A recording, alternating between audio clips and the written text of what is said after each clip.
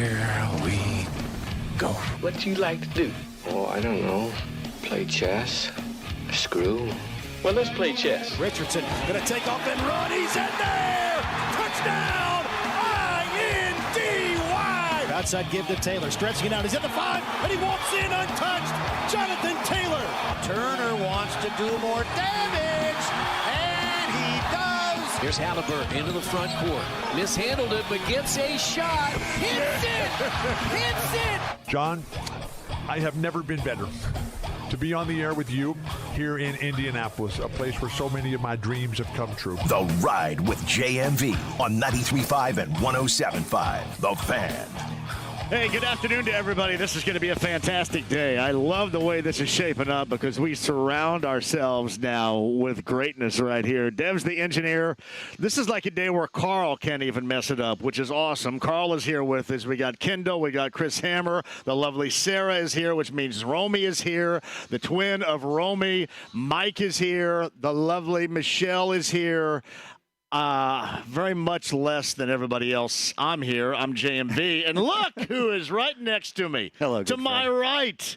It's our betting analyst, Brent Halverson. You know, we still do all these same things together, yet I look and you've not been there at Sid's, for example, in Noblesville last Friday. Where have you been? Well, I was in New York, which was pretty cool. Yes. We went out to visit our Widow Jane distillery in Brooklyn, and man, I tell you what, New York is, 3 days was enough of New York for me. Exactly. It's 9 million people. It's not Seymour, buddy. Hour. It is not Seymour. And I tell you, it smells a lot like Colorado and the streets out there. Every minute of every day. It smelled like the Pearl Jam concert. It probably did. It was pretty amazing. I went home after Pearl Jam the other night, and Zeke, the cat, would have left me alone. I think he got a contact buzz out of my shirt. Little cat dip. So, I mean, he was just all. So it was serious on Monday night. But you were in New York for a while last week. In New York, yeah. Went to a Yankees game. Saw Judge hit number 48, I think it was. They won 6-0 against the Guardians. So yes. it was a great matchup. It was great. Yankee Stadium is beautiful. Man, I tell you what, I went to the coolest, biggest bar I've ever seen. And it was right across from Yankee Stadium, a place called Billy's. Billy's. And it was like walking into a giant dome of bar goodness. You know, it was at 3 levels, 4 different rooms, big deck. Everybody goes there to pre-game and post-game. Did they have the product, though? They did have the product. See, that's what makes it the best right there. Had some good product while there. Let me tell you this. If you're a bar out there right now or a bar owner and you don't have something from Heaven Hill Distillery under that umbrella, I am here to tell you right now that you better get it. You better get it because that will set you apart. Does it not? It really does. Else? I mean, there's a lot of options out there for everybody, right? And you got to find what's going to do well for you. But we are fortunate to work for an amazing company with amazing brands. And Romy's got us set up here today. We got some of this stuff you can't. You know how much of this right stuff here. I'm taking home after this show is going to be incredible. Probably not these two because that might be in my pocket. But right here? No, that's what I absolutely was going to take one of those right there. I got to have the one with the cork in it right there. Well, that's pretty special right there. So we got some good stuff. Plenty of brands out there, and we got some good stuff here today on this nice, warm day here at Eagle Creek. You can see me, by the way, if you're watching inside the AAA Membership Lounge via YouTube Live. Thank you very much for joining us there. Spark that conversation. A lot of Colt stuff to get to over the course of the afternoon. From ESPN, Dan Orlovsky is going to join me. Coming up at about 3:40, he has, and this has kind of been a national trend of those that firmly believe in this transformation of Anthony Richardson more than what we do. And I mean sooner rather than later. They believe in that right now. Like, I think that most of you believe in it, but I don't think you're buying it at this moment, if that makes sense to you. A lot of the national folks are, and that's Dan Orlovsky being one. Dan's going to join us. We'll talk about that from ESPN. The former quarterback, the former Colts quarterback, that's at about 3:40 today. Mike Chappell of CBS 4 and Fox 59 is coming up in the 5 o'clock hour. Fever last night with a tremendous win. DeJournay Carrington, I believe, was her name that mentioned you Fever fans last night not being nice. You guys not playing nice over there last night, or do we blame that on Letterman or Simone Biles or Gabby Thomas or somebody like that was there last night? Probably not. But I'm going to tell you this. Just be glad you're playing in front of people that care, because that's not been the case. Not just as we see it now in Indy at Gainbridge Fieldhouse, but anywhere in the WNBA. The fact that you spark and bring up other talking points and they're real, especially in terms of fans and a lot of them, it's a good thing. And I know that we around here often get all bent out of shape about what other people say about Indy and such. And let me tell you, that was good last night. It was good. Not to the level of if there's any jackassery, we do not condone that. But to make this place legit, as we've talked about in the NFL with the Pacers, and even in the WNBA, where, frankly, it hasn't been anywhere, and you certainly see it now beyond legit here at Gainbridge Fieldhouse if you were watching last night. We'll get into those comments coming up in just a bit, but I found that rather interesting and funny. And honestly, not a bad thing. So if you're bent out of shape, if you're pissy about it, don't be, because it is not a bad thing. But the Fever win in Chicago coming up next. I know that James tried really hard. We have been working. This is one thing, and far be it from me to hand out advice, but I guess I will here. When you find something that is as hot right now as that product, and especially when you're going into the waters of the NFL, into college football, man, ride that thing like crazy. And here's the example, and I know that I probably sound like a big baby, and I'm sure if Juan Pablo Montoya, who may be here, I don't think he is, if he were here, said, you're just a big baby, and he'd probably be right. But ride this thing as much as possible right now, meaning if we have the opportunity to put Lexi Hull on the show and you got a little treatment going on, man, just hand her the phone and have her come on and talk about her jumper and talk about her game evolving in the past 10 or 11 and the way this team is playing much better, especially after the Olympic break. Ride this thing. Ride it until it bucks you here. And you're really going to need it. I'm so impressed that it's still there right now, but you still have the NFL, and you still have college football for real getting ready to start back up. So, yeah, just you're doing some treatment. I know you got to get loose and feel treated and stuff, but, yeah, there it is. I'm going to call and let that personality out. You know, understand those that are also on this team. Let people understand those also on this team outside of Caitlin Clark. That's just my advice. But I say this all the time to Brent. I mean, Brent's a guy out here with the hottest product going right now with Heaven Hill Distillery. Man, you got to ride that thing. Ride that thing. It is never ending. Like in the great film Parenthood, when Jason Robard says, as a parent, you never, once you score a touchdown, get to celebrate and do your touchdown dance because you're off to something new. You're off to something new here as well, because you remember the times, it was just a year ago when nobody cared. You remember that? Make sure you make time for everything. Don't leave any stone unturned to introduce all these folks to a product that clearly they don't know too much about in the past. That is not a bad thing. Brent Halverson rejoins us right now. That was kind of my marketing 101 right there. Is that true? I mean, you got to ride this thing when it's hot and go with it and talk it up whenever you get the opportunity. Absolutely right. You know, it's been a wild ride, as you speak of, in the bourbon world, right? Like the last 10-plus years now. And you always see these things kind of spike, go up, go down. You know, you go through the vodka craze and the suburban craze. Tequila craze is on fire right now. Bourbon's still hot. And, you know, when that happens, you start to figure out ways to continue to grow and what you're doing right. And again, fortunately, we've got some amazing bourbons out there that we continue to evolve as a company, right? Like this grain to glass right here, John. This is special. I mean, this is a super allocated item. That's a hell of a bottle, too, by the way. You know, and the cool thing about that is we partnered up with Beck's Seed Corporation out of here in Indiana, Atlanta, Indiana. Right. And Sonny Beck's and our owner, Max Shapira, they collaborated this over 10 years ago, and that juice in that bottle has been 7-8 years coming, and it is absolutely amazing. And it's the special seed corn that we're using that they were really searched to find for us. And correct. Again, when you can put all that together, it's just fun, you know, coming up with new stuff. By the way, we're at Eagle Creek Golf Club today for the 16th annual Eric Medlin, the Memorial Golf Tournament, which is going on right now. You got a who's who of the world of NHR that are out on the course right here at Eagle Creek. And, of course, coming up this weekend is the Super Bowl of drag racing. This is always such a big deal, not too far away, Brent, where we sit here on West 56th next to Eagle Creek. And the reservoir, not too far away in Claremont this weekend, is going to be the epicenter of drag racing. And really any form of racing this weekend. I think NASCAR's in Darlington, IndyCar's at the Milwaukee Mile.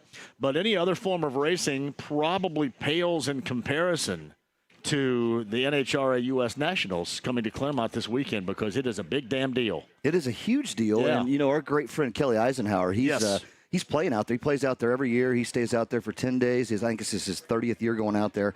But just to hear who's coming in from all over, like you mentioned, it's pretty special. It's a good time to be here in the Indianapolis area. It absolutely is. We're out here today. They're raising money, which is a great thing. We'll give a shout-out to Tony's from downtown. Tony's is over there, Ruben and the gang, getting set to serve some food, the awesome food downtown at Tony's right there at Illinois and Washington, getting ready to serve. And, Brent, your product is here all across the board, is it not, from Heaven Hill Distillery? It is. It is. We've got some great setup here. Mr. Romanak here he's been out here all day, and this he's a freaking machine. Look how good he looks. What he is. He looks good. Oh, yeah, he looks good. Hey. No, it's been amazing, though, and it's great to be able to – I just heard the numbers of who's playing out here. 300 and some players out here, right? Yeah. 1,200 players, excuse me. 300 foursomes. 300 foursomes. Let me say that correctly. 300 foursomes out here. Yeah. And, there's some big money being raised, and it's pretty outstanding to see everybody come together for something like this. Yeah, and I saw where the Lucas Oil helicopter landed right out there in the grass, which is pretty nice, too, right? I tried to get picked up. The guys so it's right out there, too. But, no, this is an event. Is this closed to the public? I'm not sure if the public is allowed out here or not. Do we know? I don't want to say we are. I don't want to drag somebody out. I don't want to say it's closed to the public. I think you have a chance. It's a pretty intensive foursome fee. Right. I think it's quite a bit of money there per foursome, but it's all to raise money, and the money they raise, and again, you surround yourself with places like Tony's and everybody that's out here supporting this. It's pretty spectacular. So yes. So and again, the 16th annual Eric Medlin. You know the story about Eric Medlin losing his life back in Gainesville, Florida. I think back in 07, maybe. I forget exactly when it was. I'd have to look that again. But, obviously this has been for the past going on 16 years now. This has been something near and dear to the drag racing community. Yeah, it was March 23 of 07 in Gainesville, Florida.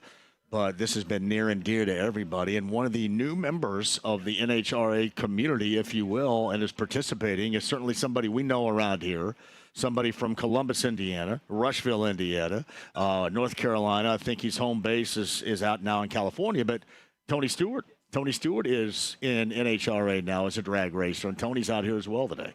Yeah, he is, and it's going to be pretty exciting. I think we might have a chance to chat with him. We got some good special guests, I believe, that are going to make their way through, John. So, sure. Anytime you're going to be with me all day long, absolutely right, my friend. You got it.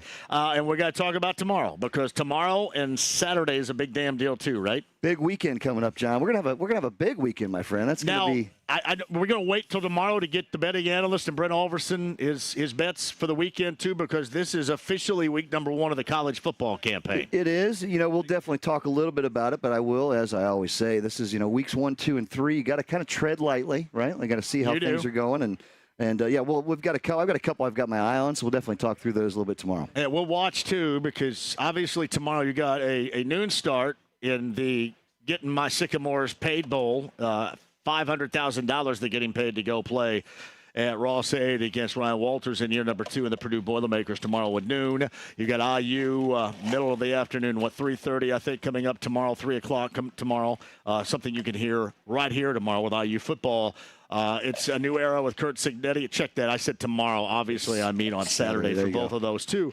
But you got a new era with Kurt Cignetti of IU football. That's going to be going on Saturday afternoon. And the reason why I bring it up here locally is because you may have to battle back with some downpours here or there. You don't really know what it's going to be. It's going to be spotty showers and thunderstorms. So if you're going either West Lafayette or to Bloomington, just make sure you're weather aware, as they say, because that's going to be happening. And then on Saturday night, Notre Dame and Texas A&M, maybe the biggest of the weekend, certainly one of the larger contests to start the season off, comes up on Saturday night, Brent. It does. And again, we're going to have an amazing weekend with you, my friend, out at Mystic Waters Campground. Looking forward to that. We'll have the show tomorrow.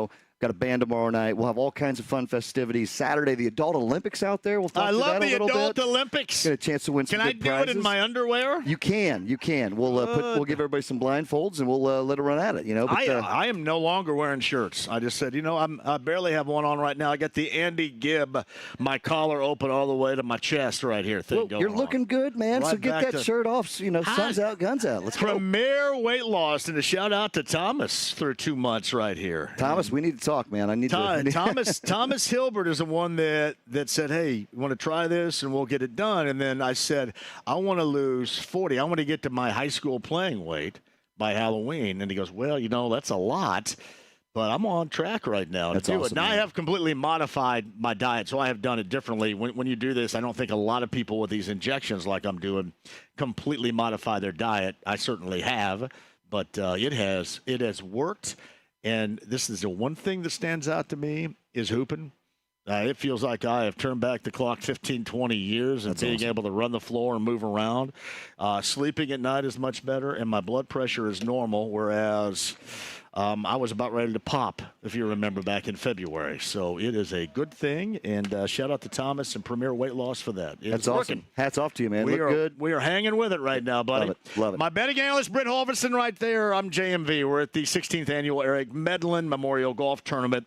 We're at Eagle Creek Golf Course, west side, West 56th Street, out here by Eagle Creek Reservoir. We've got a busy show for you. More of us here up next, coming up in a little under 30 minutes. Dan Orlovsky of ESPN, why he likes Anthony Richardson as much as he does, even with the small sample size.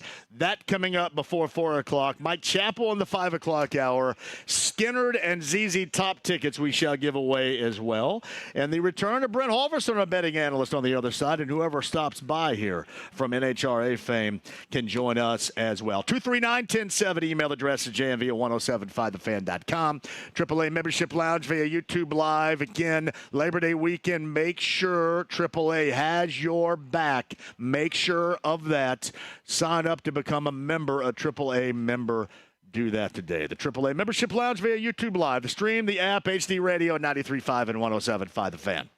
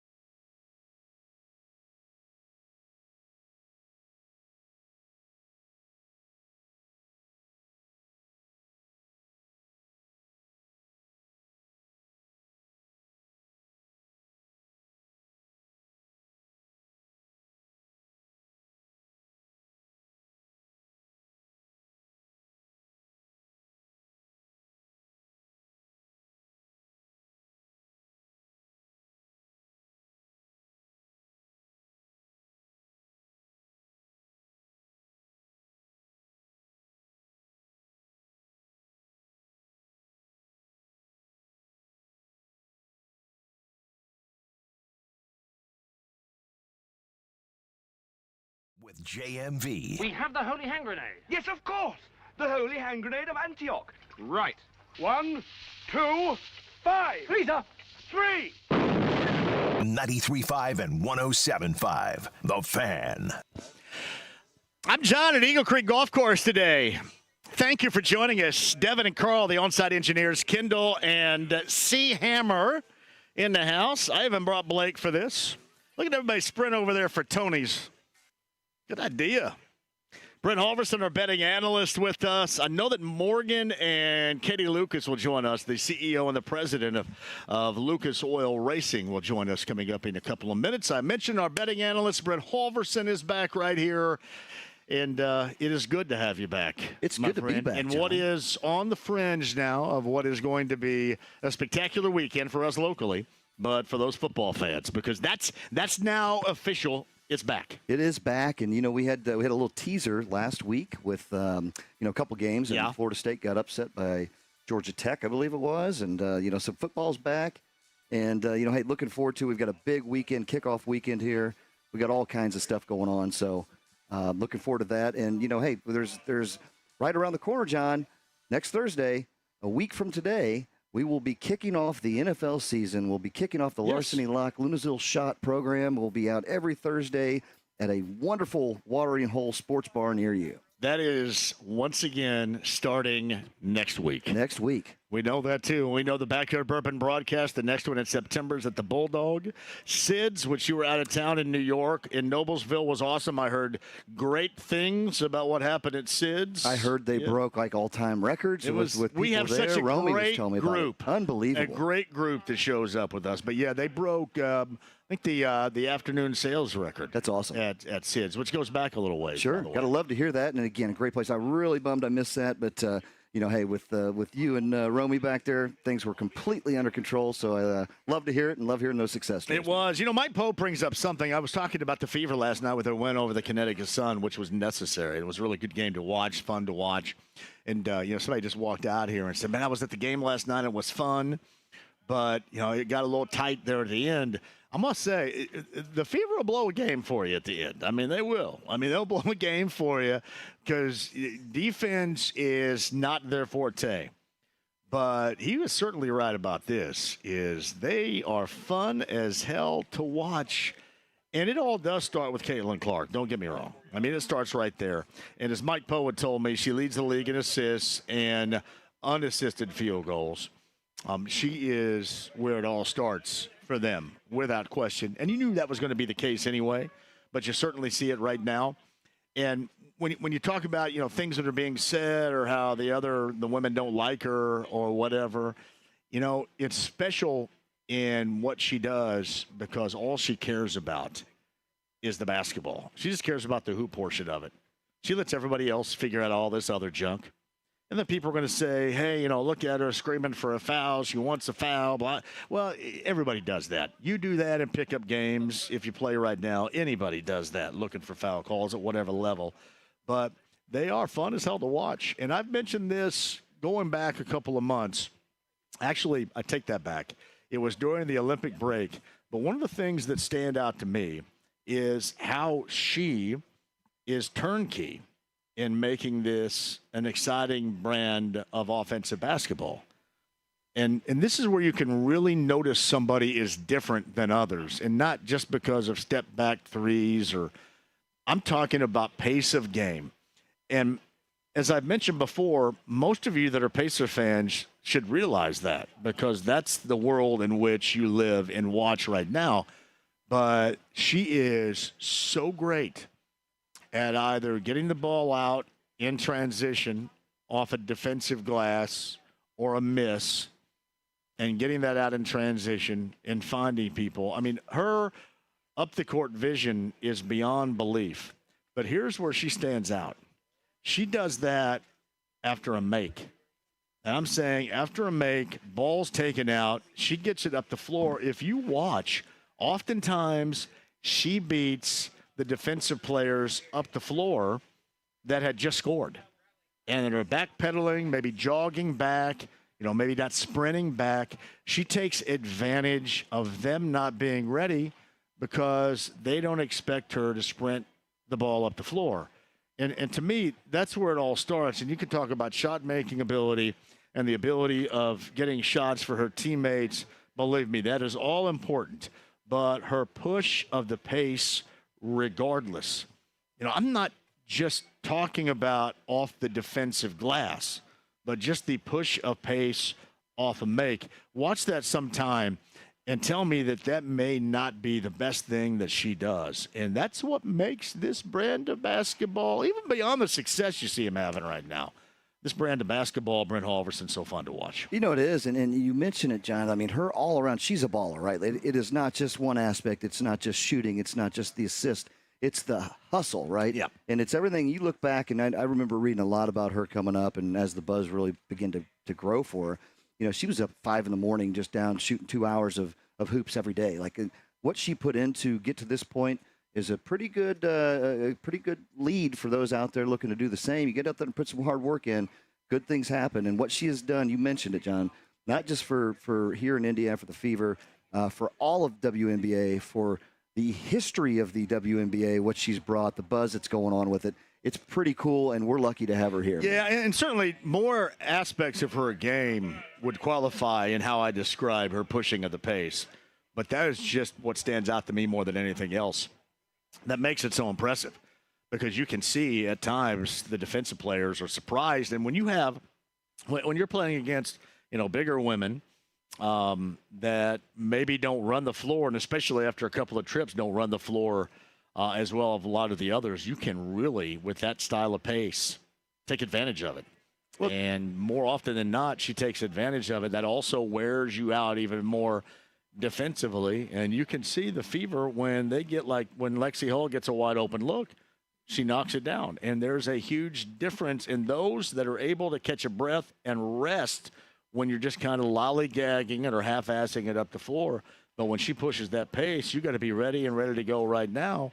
Not a lot of people are at times. Yeah, and again, the stamina that she's built up over all this, just ways she puts into her effort of practicing and getting herself that game ready. You're absolutely right. Those girls, when she needs to take that shot, she's going to take it. She's ready to go. Those other girls, they get a little breather, right? They can get their breath back. They're back in it. They're going to hit those shots, and that's why they're starting to gel because they're learning how to play with each other. So pretty neat to see unfold, and they're a game away from being at 500, and things are good. 2 in a row. Hey, this team could do some stuff. Yep, Colts teams voted their captains. By the way, the Fever tomorrow night on the road in Chicago, but the Colts voted their captains today. We did learn that Juju Brent should be ready for week number 1 against the Houston Texans. Broken nose situation he had to deal with during the whole Cardinals game where evidently somebody's cleat got inside his mask, which I can't imagine how that feels, to break his nose right there. But he is going to be back and ready for week number 1. And then obviously a lot of meeting with the media a little bit earlier today. That went down after yesterday with Chris Ballard. Spencer Strader is back, or I should say Spencer Strader is back, the former Notre Dame kicker who is now a part of the practice squad. I wouldn't look really too much into that. A lot of people have, especially after what Chris Ballard talked about, believing in Matt Gay. It's going to take a hell of a lot more for them to move on from that and that contract than what you think. I'm not suggesting that they would play that out like they did a couple of years ago with Adam Vinatieri, because we all know how that worked out, and that certainly didn't when he was missing, and they continued to go with him, and it wasn't working. But it is going to be worth watching. But I will say this as well, it may not be anything. Like a lot of this stuff we're talking about, some of the stuff we're not talking about may end up being something, and some of this stuff that we really concentrate on and talk at length about may end up being absolutely nothing. So if you're saying, what's up, man? Good to see you, brother. If you're somebody that is still kind of hell-bent on the secondary and worried about that, then I think you're absolutely right.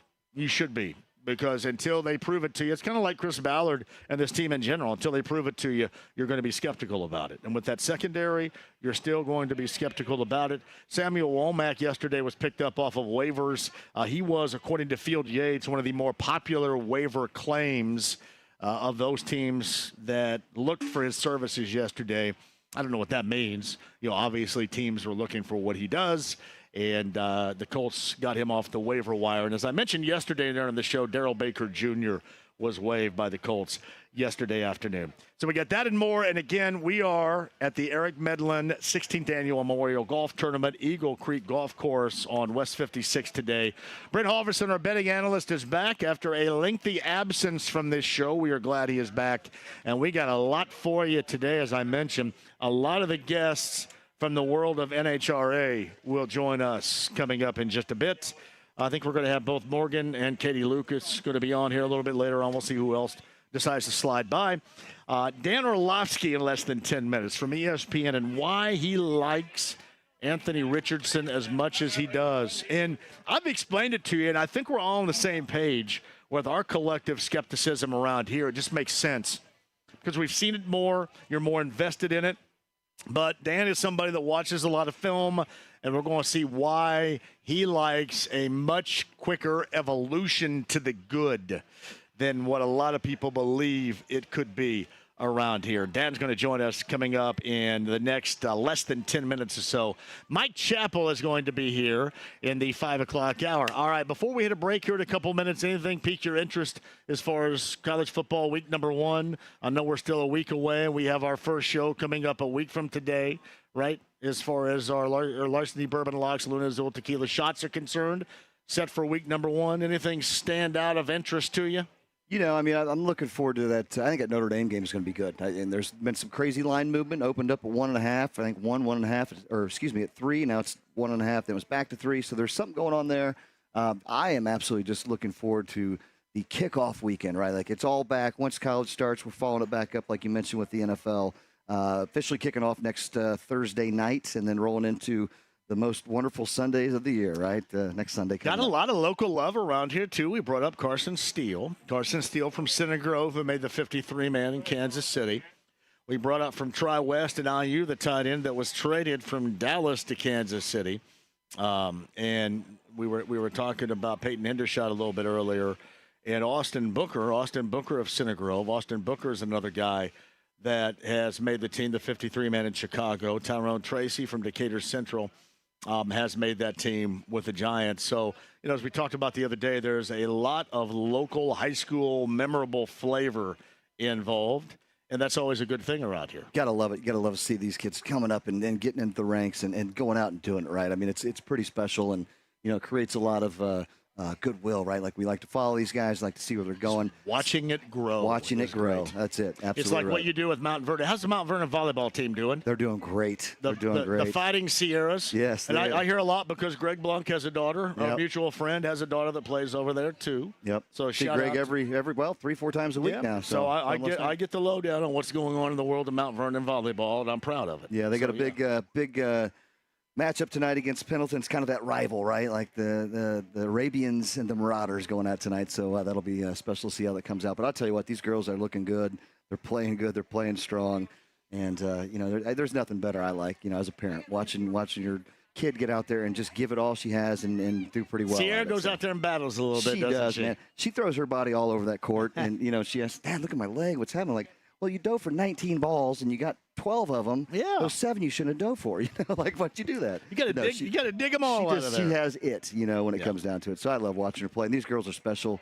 You know, I believe there's 9 juniors. So next year they're going to be really, really stacked with a full senior squad that's going to look pretty good. That's Brent Halverson right there, a betting analyst. We'll take a break and come back. The 16th annual Eric Medlin Memorial Golf Tournament, Eagle Creek Golf Course. They're eating right now. The golfers are. The Tony Steakhouse has the food for you, setup-wise for you. I think Culver's over there has a little bit of ice cream, which is always nice. Heaven Hill Distillery with the product here. And Friday and Saturday is going to be incredible at Mystic Waters Campground. We'll explain that. But first, on the other side, Dan Orlovsky likes Anthony Richardson a great deal. A lot of national guys do. We'll find out exactly why he does. That is coming up next. Thanks for joining us on this Thursday. Again, Eagle Creek Golf Course on a Thursday afternoon with 93.5 and 107.5 The Fan.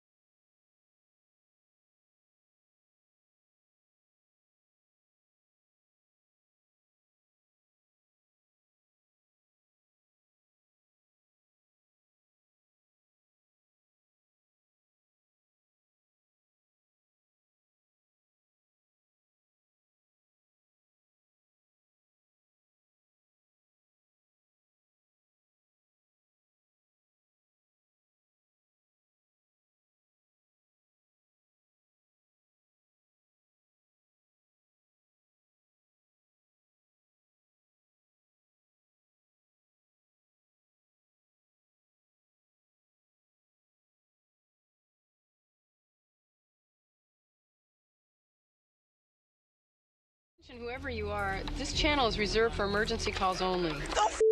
Lady, do I sound like I'm ordering a pizza? 93.5 and 107.5. The Fan. What's up, man? Eagle Creek Golf Course, our location, the 16th annual Eric Medlin Memorial Golf Tournament with the NHRA in town, the U.S. Nationals. This weekend, the Super Bowl of drag racing. We got you covered in a variety of ways. That, college football, and the JMV takeover and the JMV Labor Day weekend bender begins tomorrow and rolls through the weekend at Mystic Waters Campground. Brent Halverson rejoins in just a second, our betting analyst, but on the Andy Moore Automotive Group hotline from ESPN. The former quarterback, the one-time quarterback here in Indy, Dan Orlovsky, joins us. Good afternoon, Dan. How are you? I'm doing fantastic. How are you, bud? I want to start right here because, granted, we see it every day and we live it every minute, so we're a little bit more skeptical, and we didn't see a great deal from Anthony Richardson in his rookie season. But you are very positive of his evolution sooner rather than later within his own game, within this offense of Shane Steichen. So maybe share with the folks out there what you have seen as to why you think maybe he's going to be on the go for the positive sooner rather than later here in Indy. I think, number one, he's a remarkable talent, both physically and football intelligence. So you take this unbelievably uniquely talented person, and last year in the moments that he played, you saw those flashes in those first 3 or 4 games. Now, the reality is Anthony has got to play. He's got to get reps. He was obviously a young man that started a short period of time at Florida and then gets hurt in his rookie season. So, you know, the worst thing that you want, or the worst case scenario, is that you fall into that Trey Lance type of experience where you are this really physically gifted player, but you don't play enough of snaps in a pivotal time period, which is, you know, kind of like your 18 to 25-year-old stretch as a quarterback, because you develop so much your understanding of the game and whatnot. So, like, Anthony's got to get playing consistently here.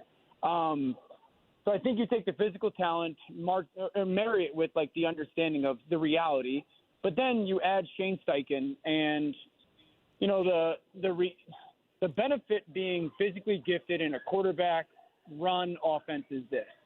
If they're going to marry a lot of the things that they did in 2022 in Philadelphia with Jalen Hurts, the overwhelming thing that I would use to describe the pass game that year was simple. And I'm not talking about, like, intellectually dumb. It was so simple because they had physically dominant wide receivers, mainly A.J. Brown, and they saw simplified defenses because the defense were always consumed with the quarterback run. So physically gifted dude. He obviously needs to get reps, so there is a understanding that has to happen. But when married with kind of the makeup of the team and hindering or minimizing some of the lack of talent or experience because of the quarterback run, I'm very high on it. So Dan Orlovsky of ESPN's on the Andy Moore Automotive Group hotline. I have brought this up, and you mentioned marrying something here. I have married decision-making with accuracy. And those are the two things that I think I would like to see him improve upon, and we'd like to see that. Okay, decision-making can be one thing, but how difficult or not, Dan, is it for a quarterback, young or not, to improve on ball placement, which clearly he's going to have to do? Yeah, so ball placement's a really unique characteristic. Ball placement kind of puts you in a different category as a quarterback. Accuracy, the way I've always described it, or recently in the past couple of years, accuracy is throwing the ball to your guy. Ball placement, throwing it away from a defender. And when it comes to, like, really high-level elite ball placement guys, there's probably 5 in the league that are just very unique in that. Now, if that doesn't mean if you're not in that group, you are not a high-level passer or can have a ton of success and be a dominant force. Anthony is certainly not in that ball placement category right now, and that's a little bit mechanically tied. It's a little bit because he just doesn't have a ton of experience throwing a bunch of passes, and it's a little bit because he really is developing the touch element of his passes. And so, you know, with it's difficult to get into that rare group. It is ball placement-wise because that takes thousands of reps in throwing the ball and in throwing to certain types of routes. but I still think he's plenty accurate. I've felt that way since he was at Florida. I think the decision-making and accuracy thing, totally fair and totally agree. It goes back a little bit to the initial point that I was making about the offensive scheme. I don't think this has to be, nor it will be, a uniquely designed pass game. When you have quarterback runs and you use it a fair share, defenses don't get that creative with fronts, with pressures, with coverages.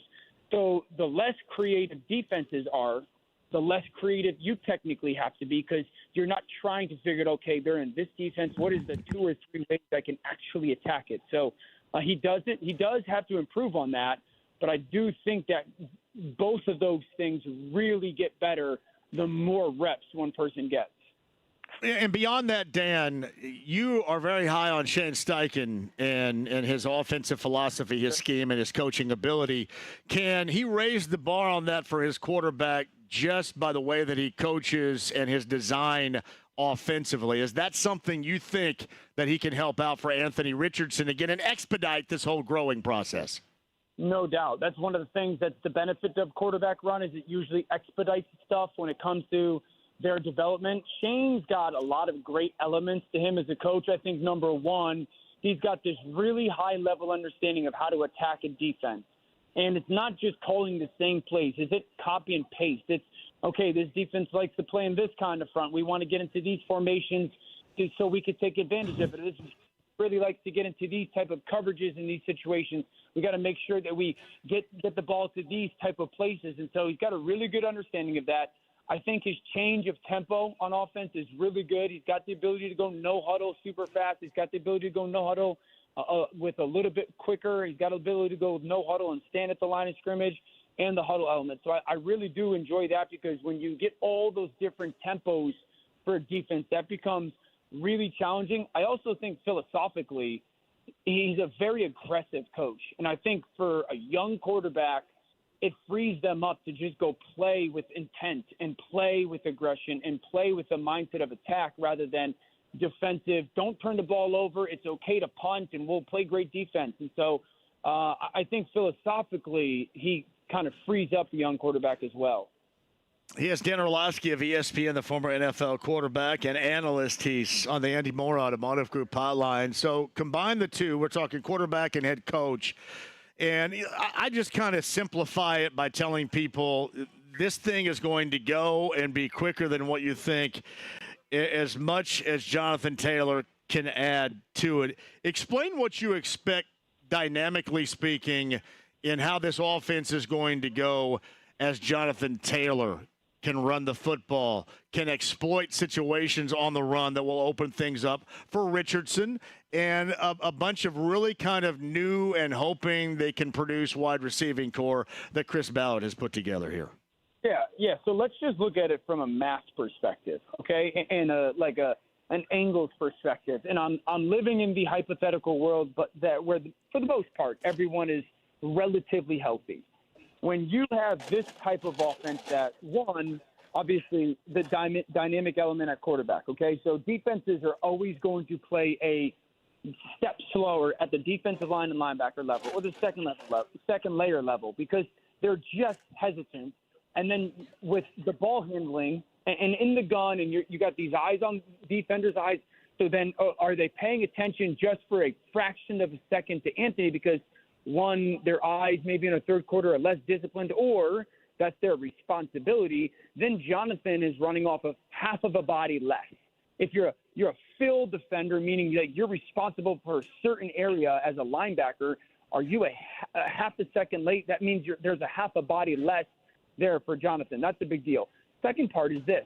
They got size on the perimeter, okay? So, like, you as a defense, you have to – and maybe these guys aren't world beaters at the wide receiver, but they're really good players, and they've got size. You have to ask yourself, okay, like, are we going to take help maybe over the top because we're 3 inches short at the corner position and put it down near the football, meaning a safety closer, to get a half body closer on some of these run games with Jonathan Taylor or Anthony Richardson? Well, that's going to leave those one-on-one opportunities on the outside, and we're just physically outmatched. I'll go back to 22 with A.J. Brown. A.J. Brown ran stop routes. He ran 5-yard in routes. He ran go routes. And he ran like 10-yard in routes because he had size opportunity, and it was just pitch and catch. And so I think because of that and Jonathan's explosive elements, like he can be in very opportune situations. It's Dan Orlovsky on the Andy Moore Automotive Group hotline. Their first matchup in week number 1, which is going to get here quick, a week from Sunday, is with the Houston Texans. And last check, Texans beat the Colts in what was a win, and you're in and you win the AFC South. We know that back in January of a year ago. How do you expect, especially with the additions that they've had from Diggs to Mixon, with what the Texans have done on the other side of the football, what are you expecting out of that team to play off, to springboard off of what we witnessed as an AFC South champion a year ago? Yeah, I think Houston's going to be fantastic. They remind me of the Bengals from a couple years ago in Joe Burrow's second year. They've got a scheme that I love under Bobby Sloat that, Colts fans know well with all that play-action pass game. They've got great role players on offense. CJ is absolutely spectacular. He is in that group of unique ball placement guys. They can get after the quarterback on the perimeter. I think their secondary is one of the up-and-coming, elite ones in the game with Petrie on the back end. And Stingley on the outside. Houston, we have to make our picks for, our predictions of who's going to be in the AFC Championship and NFC Championship. I am picking Houston to get to the AFC Championship game. They're going to be very good. Who do you got in the NFC before I cut you loose here, Dan? In the NFC, I'm taking Detroit, Philly. Yeah, makes a lot of sense right there. I think the AFC South, Dan, in closing, is going to be the best we have seen it in years this season. Yeah, I agree because, Houston, I just said, it's going to be really good. I've said all offseason, I think Indy's going to absolutely contend in that division. Jacksonville coming off a year with high expectations and bad health break, and can Trevor put it all together? And then, you just never know with Tennessee. I mean, Tennessee with Levis, they got perimeter help on the outside. Levis could light it up too. So I do think it's going to be top to bottom much better. Hey, Dan, don't be a stranger, man. We love having you on here. Come by anytime. We really enjoy the insight. I appreciate you guys so much. You have a great afternoon. It's Dan Orlovsky of ESPN on the Andy Moore Automotive Group hotline. I wanted to get Brent Holverson rejoins us now. We're going to take a break in a second. Before I want to kind of add this in, Brent, as our betting analyst, I wanted to get his take on why, and I'm sick and tired of hearing this term used, bullish. I'll use something different. Why he is so excitedly optimistic by Anthony Richardson when we've all seen the same damn thing, and it's not very much. So I wanted to hear that. And I thought he pretty much described what he thinks to a T, and a lot of it involves the head coach. Well, he did, and that's a little different game than Dan played, right? He was more of the methodical passer for a few games here and there. But, hey, great dude. I love watching him. He's great. He brings that kind of to the vest, and he's got some good experience there to talk about it. But, I kind of was wanting to talk a little bit about that NFC North a little bit more. I heard the timeline was down, so I didn't want to break into that. You want to do some Jordan Love stuff here, huh? I want to hear a little bit of his take on Jordan. Week number 2, right? For the Colts. The Colts are in Green Bay. Are you going? I am not, John. Really? We were looking forward to it, and Mr. Romanek and I have to go down to Austin, Texas, and we leave at 11:59 a.m., 12 o'clock, an hour before the game kicks. We're on a plane heading to Austin. Well, I tell you what, I'll make up for you not being able to ask Dan Orlovsky. Let's talk about that, because I do want to bring up the Bears, who have been on Hard Knocks. I think the Bears are going to be pretty good. I do, too. I do. I want to talk about, we'll do the AFC North and some of the AFC South coming up, the NFC North and some of the AFC South coming up on the other side. How about that? Sounds great. Hey, we're live here at the Eagle Creek Golf Course. We'll take a break. 16th Annual Eric Medlin Memorial Golf Tournament. Some of these stars from NHRA are playing golf right now. I know that Morgan Lucas and Katie Lucas will join the CEO and the Prez of Lucas Oil Racing. That's coming up in a couple of minutes. We got hour number 2 straight ahead with Mike Chappell on the 5. We've got Leonard Skinner ZZ Top tickets to give away. And, of course, Brent's going to tell us all about what this weekend. J-Law, don't worry about the weather. No weather is going to blank with us on Saturday. It knows better around here weather-wise than to screw with a Labor Day weekend bender. It does. That and more coming up in the 4 o'clock hour. Again, West 56, Eagle Creek Golf Course, hour number 2 straight ahead. 93.5, 107.5 The Fan.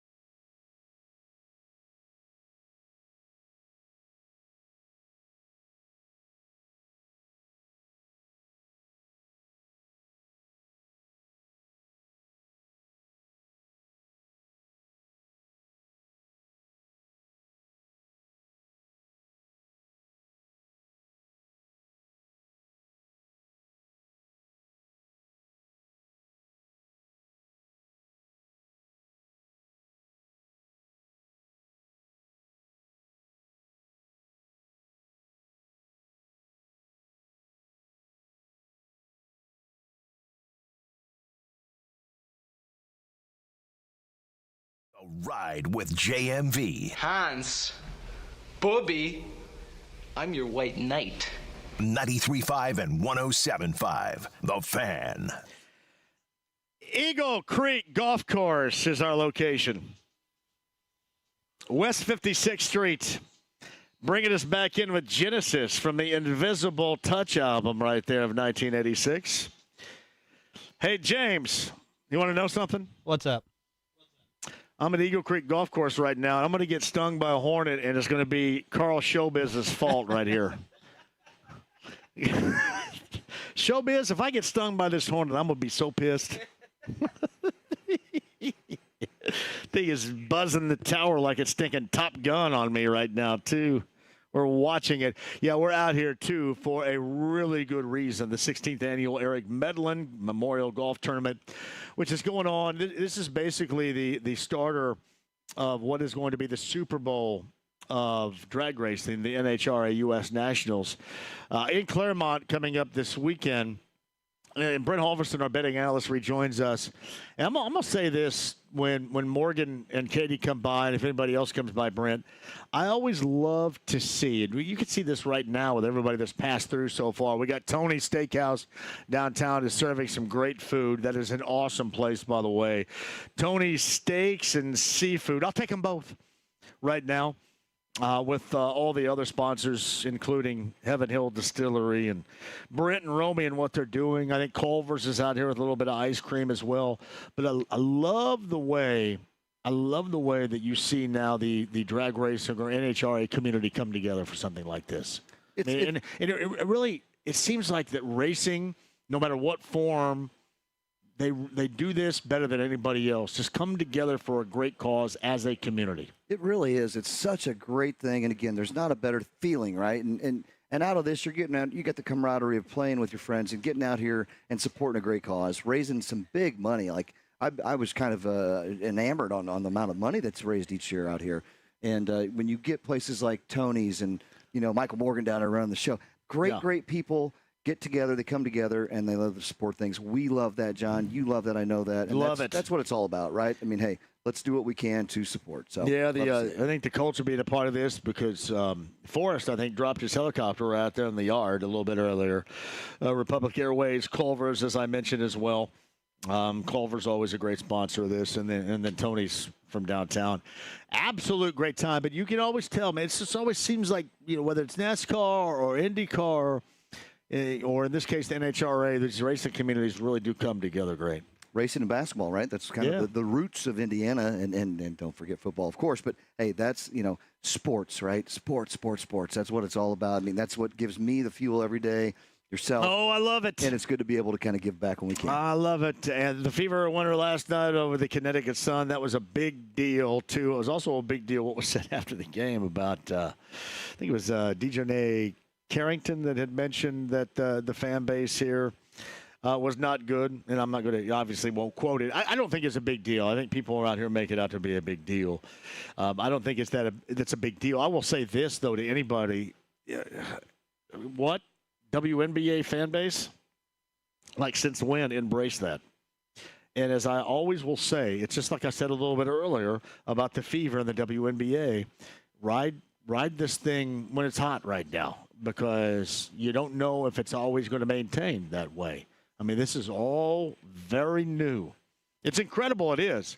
The whole Caitlin Clark phenomenon and the way that it is spread out across the WNBA landscape with more than just what was their normal fan base, and how you see so many people that are just directly motivated and involved in it. It's absolutely amazing. But you got to work this thing too, man. I mean, you got to work it. You got to market it at all times to the best of your ability, because you have seen in the past what it's been like. And you never want to go back there again. You want to be able to build and build and build off of this. So don't take time out because you don't have time to do this. You don't have time to do that. Remember, college football this weekend, NFL coming up next week.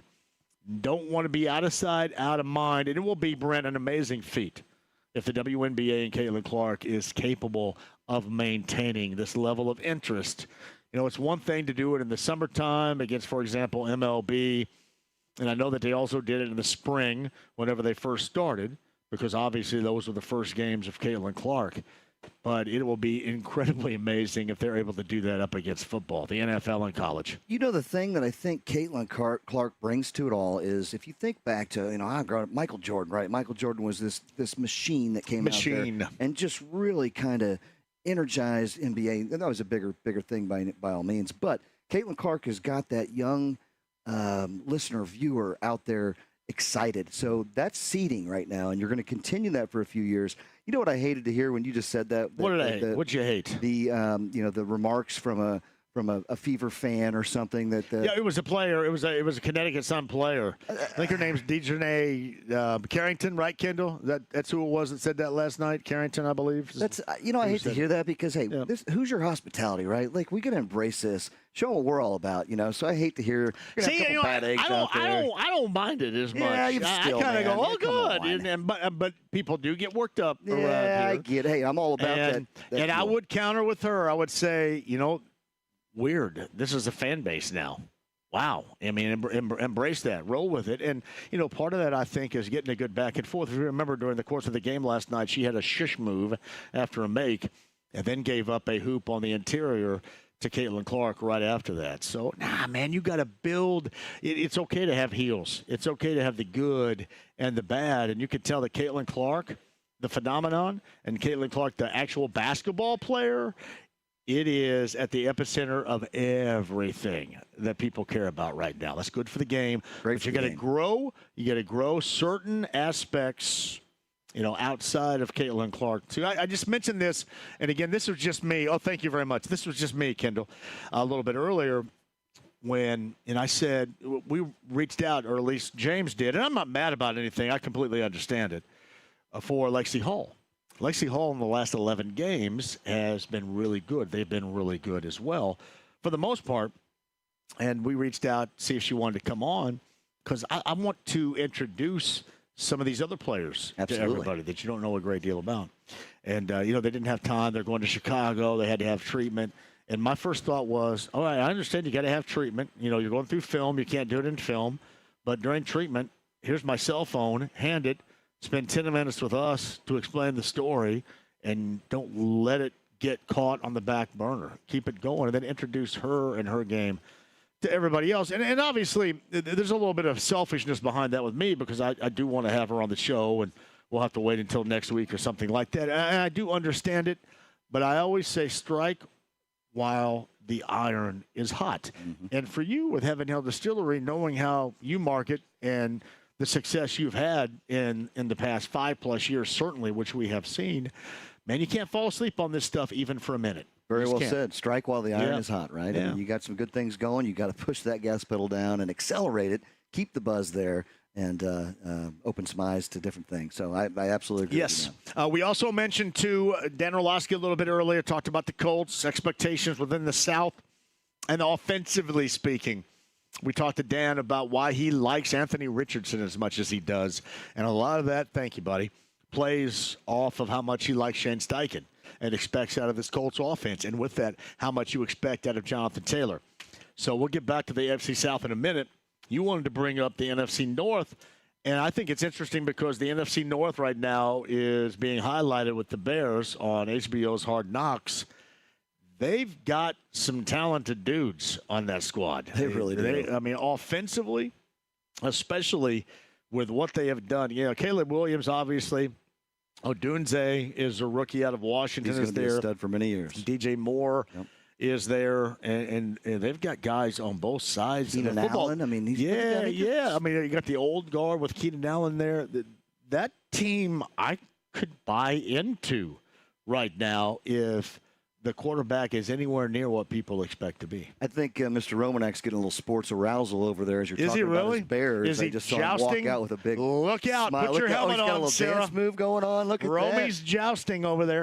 I think it's going to be a really, really just a fun year, right, in that NFC North. And, and again, like Dan mentioned, I mean, Detroit, right? Like Detroit, they have got this good thing going. I love to see Detroit, not really beat my Packers in the division, but what they've done, turned that whole thing around. They've just got a whole new buzz going on. It's great to see a program like that happen. So amongst the Bears, the Packers, the Lions. Man, I guess we're kind of short-sided the Vikings. Short-sided the Vikings a little bit. Hey, I think they're going to be okay. They're, again, you got Justin Jefferson. You got, they're step back when they had a couple issues pop up. They're going to be down on the bottom side of things, I think, this year. It's going to be a race, though. Those three teams, and I was listening to Colin Cowherd. He's a big fan of Green Bay. Sees Green Bay kind of winning that division. I hope he is correct. I think it'll be a task. It'll be a tall task. The thing with the Bears, though, man, that it's scary seeing all these weapons they've added. And Caleb Williams, he is a stud, right? If he can get through his head issues. I think he's got a couple of the bigger problems going on there. Yeah. That's going to be the true test to see what he can do. But it's much different. It's going to be much different when things start for real. Oh, it is than for what sure. It has been. And, for sure. Natural talent's going to come in, and he is one of those guys. He is a generational quarterback. He looks like it. I think it's going to be, again, that receiving crew that they put DeAndre Swift in the backfield now. I mean, they've added some weapons, and that's not something you've seen of the Bears. Great stat, John. How many quarterbacks have the Bears had in the last 32 years? 32 years. So that goes back to what, 1990? Call it 1992? Yep. Oh, goodness. I remember the Eric Kramer era. Was that 94 when he was there, too? So I'm going to say 15? No, double that. I 30? think it's 32. Really? I think it's 32 different starting really? quarterbacks, and the Packers had two during that timeline. So, again, I've been blessed. I've always loved to – sorry, Rome. That's why you brought that up, yeah. I think a lot of teams are probably falling in the category of having a hell of a lot more than that. My whole point for bringing that up, though, I think the Bears have jumped that fence finally. I think this is their guy. Again, keep him healthy. The dude's got some serious talent, and he is surrounded by that talent. It's scary to see what the Bears are going to do this year. And, again, you look at the Bears, the Lions, the Packers, and the Vikings once they get a little bit more healthy. That's a scary division right there. I think the one thing that you may question above all else, and I think you brought up Caleb Williams being one in the NFC North with the Bears, a rookie quarterback, and the decision-making and how he plays. But here's something else, too. Matt Eberflus.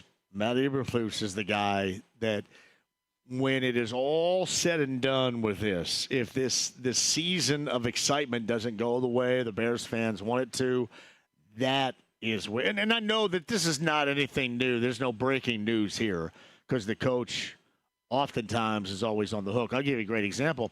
Coach around here is not going to be on the hook. Like if things don't go, if they're a 7-10 team, for example, I would fair a guess right now that nobody's going to be blaming Shane Steichen right now and calling for his job.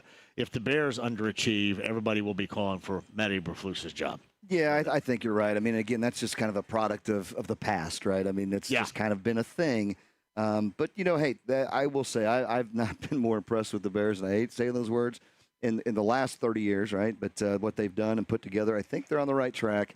And, again, the inner rival division foes right there, that NFC North has been something I've just loved watching for many years. And believe me, the last 20 or so have been great when you beat a Bear down. So. Look at Michelle Kiefer right there carrying this tremendous fan over here Look for at us her. right here. The fan How awesome for is the she? fan. She is super. She is super She's awesome. super duper, I think. She Michelle really Kiefer is. Hey, Greg Boyd sent me this, Brent. So I was in New York for the U.S. Open and went to the Yankee game on Sunday and saw Aaron Judge hit his 50 and 51st. We didn't go to Billy's, but went right next door to Stan's. So did you see Stan's when you were in the Bronx at all? Stan's. That's where he went, to Stan's. Billy's was right on the corner, and it overtook like 2 blocks almost. Yeah. I didn't see Stan's. That was the first spot we walked in, and that's actually, we had the guy driving us there was like, you got to go to this place. And we went in there, and it was like, holy cow. So we stayed there for a good couple hours. Did you guys stay in Manhattan? We did. We were right down in the heart of it, my friend. It was, like I say, it was wild. Do you know that the host of this show, me, I have never, ever been to New York City? Is that shocking to you? It really is. I've never been there. It really is. Because I think I'd have a damn good time. I have been to London, and I absolutely loved London when the Colts went over there in 2016. I didn't want to go, but I ended up going. And I loved every second of it. Is London kind of like central? Is that kind of like Manhattan is around Piccadilly Circus and Trafalgar Square? I mean, in a very small, weird way, maybe. But New York is just, it's like Chicago times 100. Times 100. I mean, I'm talking 9 million people at any hour of the day. As Frank Sinatra, the city that never sleeps, right? It doesn't. It is just rocking. You know what I love too, John? And we were fortunate to eat some really good steakhouses and places there. But at every corner of every block, and there's a lot of blocks in New York, has these big, beautiful pizza joints, right? Like there are just that New York water that makes that dough. The big slice of pizza. You can get 2 giant slices of pizza and a can of soda for $3.50. Really? $3.50. And I can't eat any of it right now because of my modified diet and my quest. for 185. I will tell you, keep that up, my friend. I, however, went the other way around after my big steak and lobster dinner. I went out and ate a 2 a.m. Couple slices of pie. My quest for 185. That's why you look good and I don't. That's my man, issue, I can't do it. Now, if you could get like tuna, and we some bottle of water, maybe some Greek yogurt, some cottage cheese, maybe some chickpea pasta, I'm in on it. Chickpea pasta tastes like crap. You eat tuna every day? Every day. Every single day? Every single day. And you're eating that I'm on going to probably turn into a cat here pretty soon. Wow. Yeah. The chicken of the sea. I used to say all the time, if it stinks, I'll eat it, and then everybody laughed about it, and I couldn't say it anymore. But no, yeah, and that's what this has been all about. This is my quest, my personal quest now to get to 40 by Halloween. So I had a piece of bread in 2 months, Brent. That's good for you, man. Not one slice of bread in nothing. Blake, are you a tuna guy? See, he pisses me off because he eats whatever he wants. Well, look at him. Now he runs and works out and stuff, and all I do is play basketball. But it's a little bit different. Hey, Brent Halverson, the betting analyst. I'm JMV. Thank you for joining us. Eagle Creek Golf Course for the 16th annual Eric Medlin Memorial Golf Tournament. You got stuff going on the inside, outside as well where we are. And we'll get both Morgan and Katie Lucas on coming up in just a bit. Dan Orlovsky a little bit earlier, that podcast on why he does like the Colts, why he does like Anthony Richardson. And I mean turning this thing around sooner rather than later. If you missed any of it, the podcast at 1075thefan.com. Mike Chappell joins us coming up in the 5 o'clock hour as well. But we should mention the AFC South. We were just talking about your NFC North, with the Packers and the Bears and the Lions atop that list, along with the Vikings.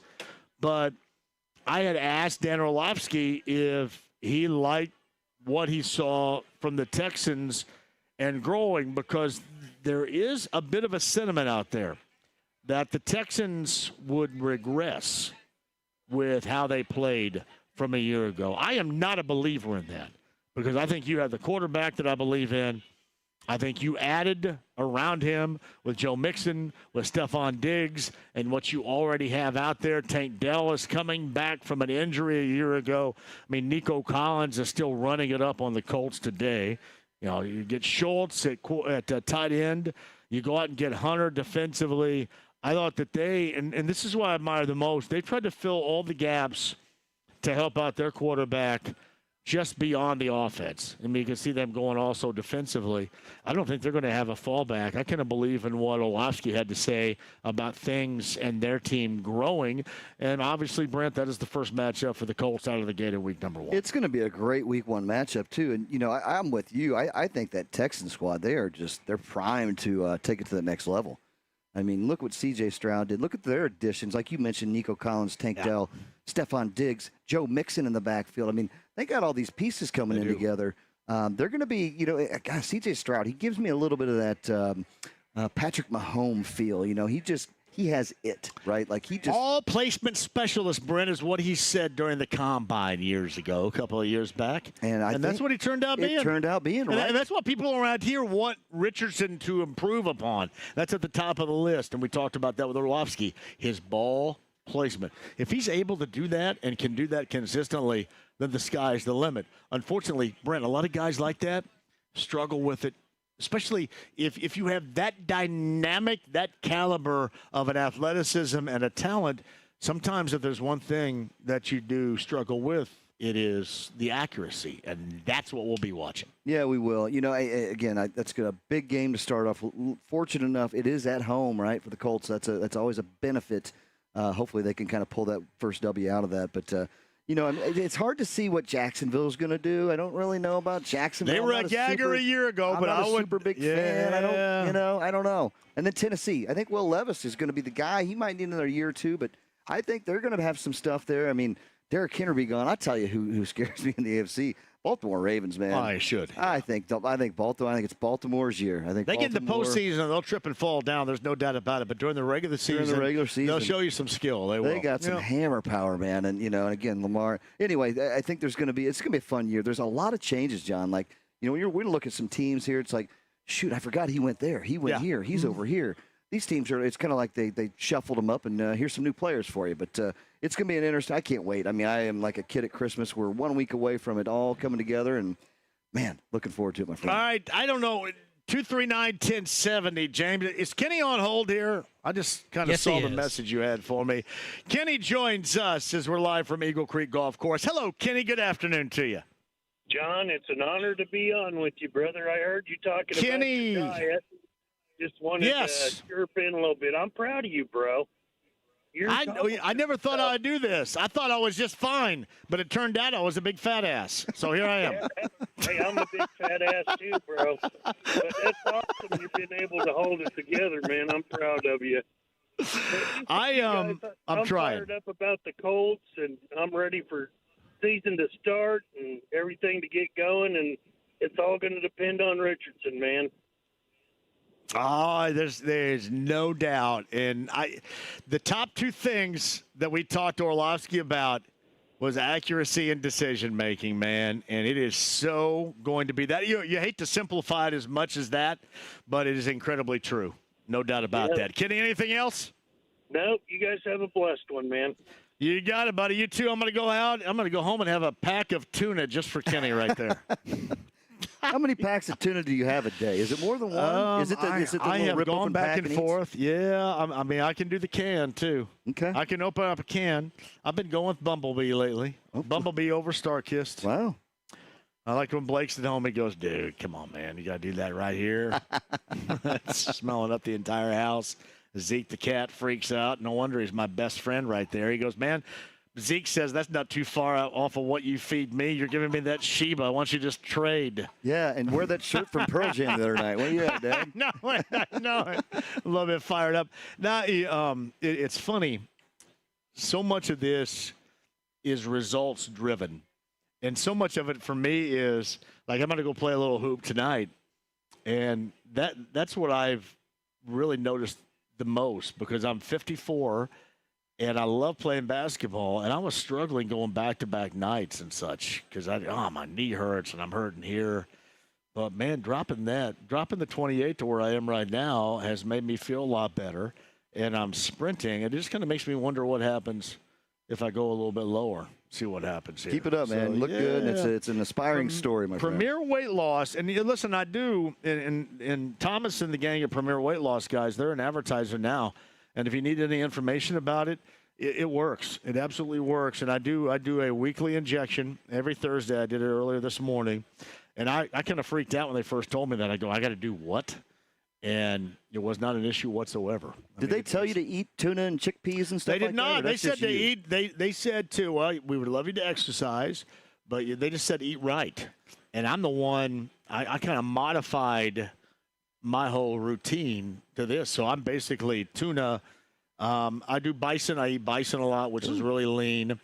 I'm very protein driven. Greek yogurt, cottage cheese. Cut out the carbs, cut out the breads, cut out the frieds, cut out the. I haven't, no chocolate bars, no candy bars, none of that crap, no cookies. I was a big cracker fiend. No crackers at all for 2 months. The one thing I do, and I found this out, and then I'll take a break because I know you want to hear from like the late Richard Simmons right here giving me this. But, hey, here's my diet. But the one thing I do that I discovered is you take that core muscle milk from Fairlife and you mix it in cold with sugar-free Jell-O pudding, and you can make it into something that satisfies if you have a sweet tooth in a couple of bites. And you can stir it up and keep it in the fridge and just get it out and use it whenever you want to satisfy that hunger or that sweet tooth for the moment. That's good to have have a little. See, so now you all know exactly. This is like, man, now you're an expert, JMV. No, and I'm not. Man, I'm learning on the fly, but I do feel a lot better. And I know I'm with a lot of you. I thought initially, I I don't need to do this. I just kind of want to live life. But I feel a lot better for doing this now, so I'm glad I'm doing it. Keep it up, man. Shout out to Thomas and Premier Weight Loss. If you guys want any information on it, I will give that to you because, my friends, it absolutely works. Chappell, top of the 5 o'clock hour. Captains handed out to the Colts today. Juju Brent's ready for week number 1. We got a lot of stuff coming up for you as well. Dan Orlovsky a little bit earlier. Podcast 1075thefan.com. Any calls? We want to get in at 239-1070. We can. Skinner and ZZ Top tickets, and what is going to be our Labor Day weekend bender, the sequel, beginning tomorrow at Mystic Waters Campground. We'll give you all the details on how you should join us, whether you're spending the night or the weekend or not. That is coming up. That and the college football season is fantastically underway this weekend as well. The 16th annual Eric Medlin Memorial Golf Outing going on right now at Eagle Creek Golf Course. Thank you for joining us with Heaven Hill Distillery at 93.5 and 107.5 The Fan.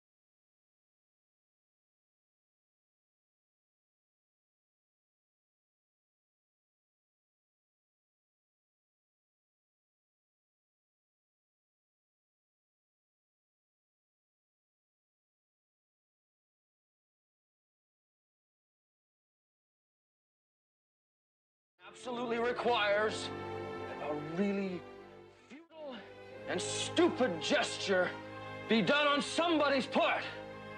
We're just the guys to do it. 93.5 and 107.5. The Fan.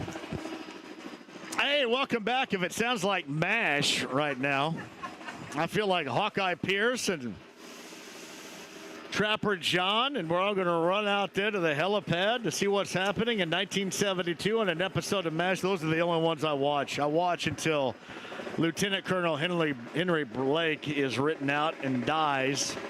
But that is Forrest Lucas in his helicopter. James, do you hear that really well over the air? Oh, very well.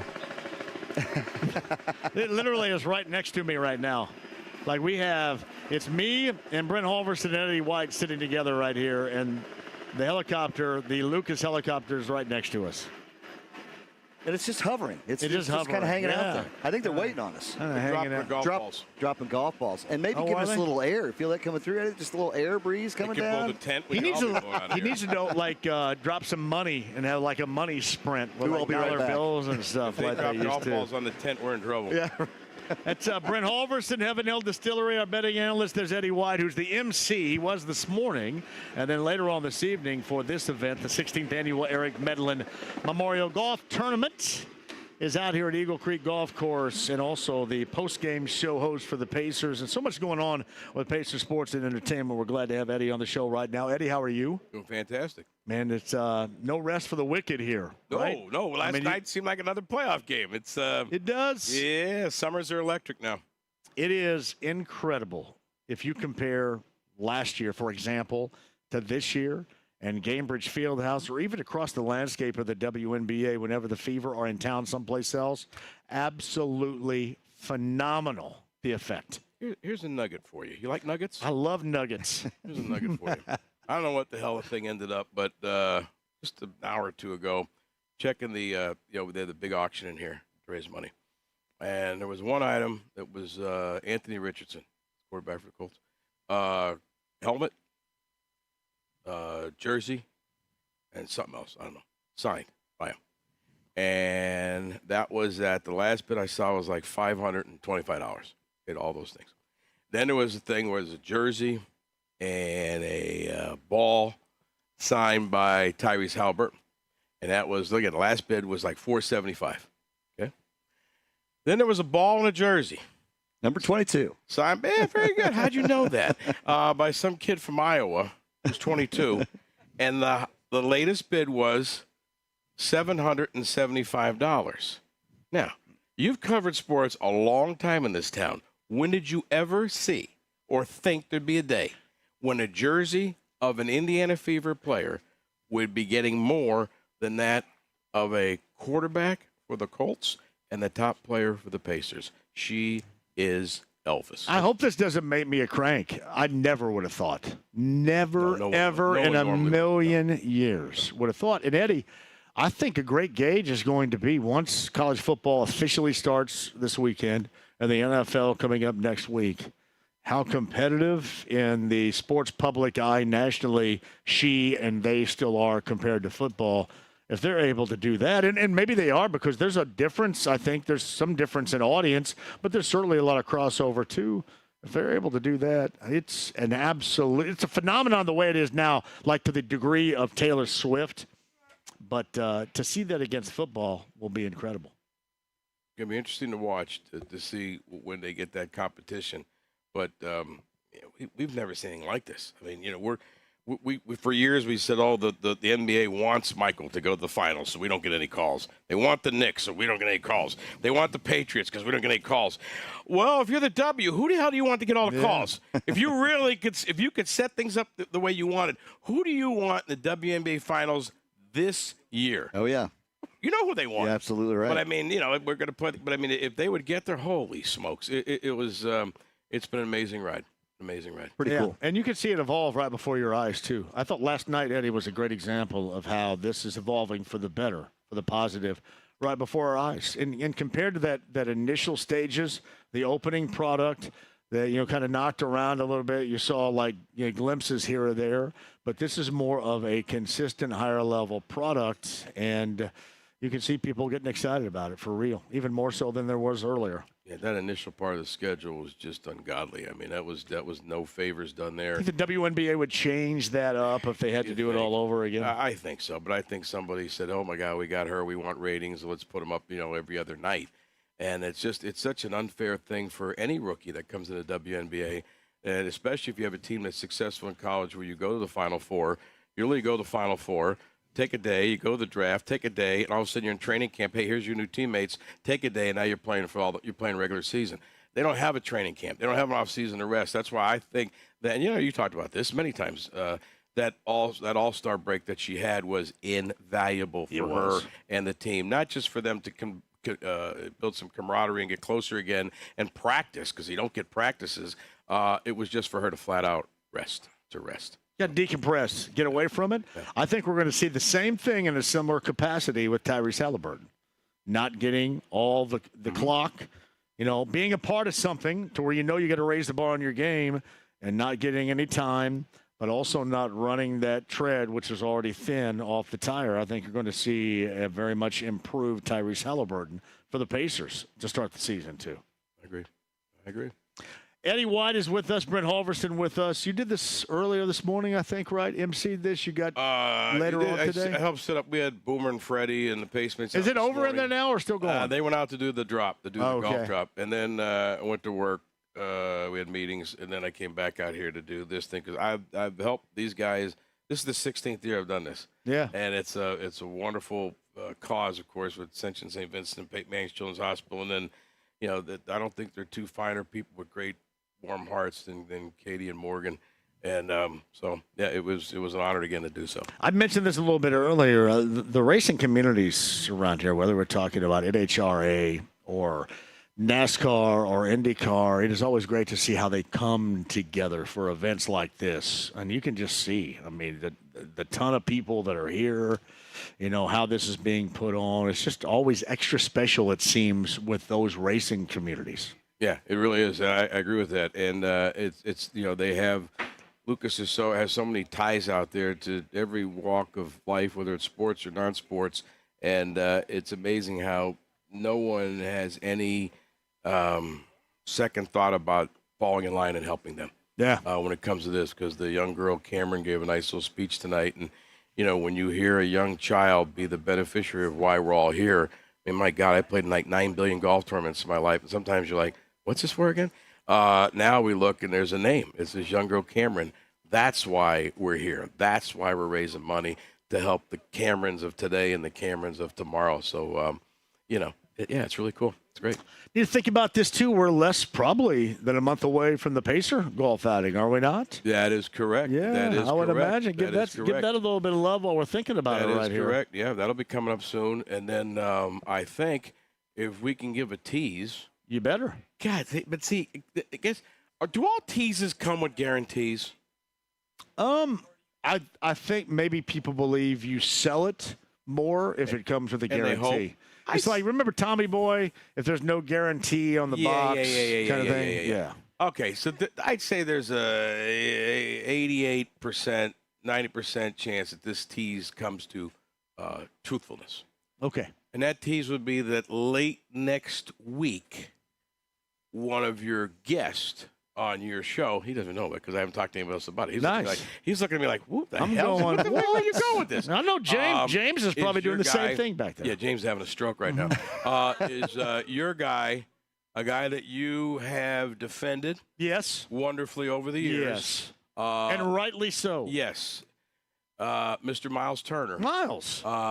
Will be calling in to chat with you. I'm a big fan of Miles. See the stuff that I do? I just show up and I Yes, just you pull just this out of show my up. Make it pocket. happen, right? He didn't even know it was going to happen. 90% chance.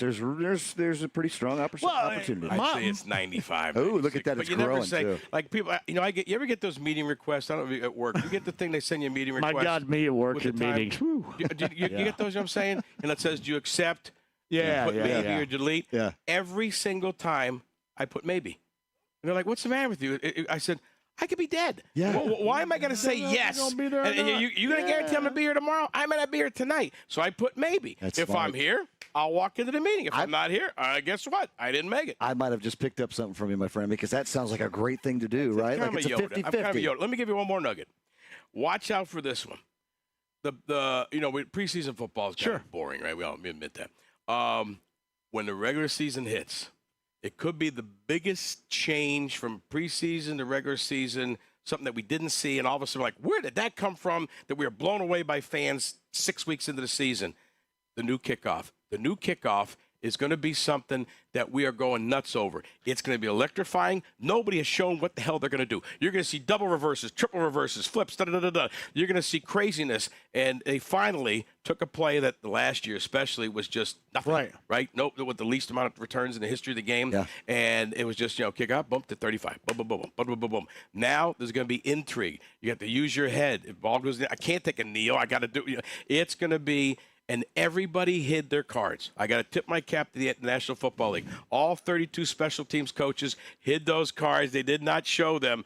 But when it starts for real deal next weekend, the cards are coming out. It's going to be crazy. I love that you say that because it's been kind of like watching a couple preseason games. Like you say, it's boring. It's hard to do, hard to get through.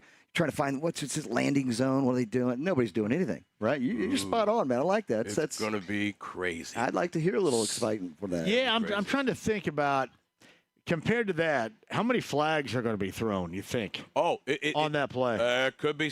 The challenge to the referees is going to be unbelievably substantial because you have the one line of guys lined up like those remember over in England, they got those guys lined up, the British guys, and they got the hats, and they're all lined up in a line. Whatever the hell they call those guys, the British guys in the line. You got those guys lined up here. Then you got another line of the British guys over here.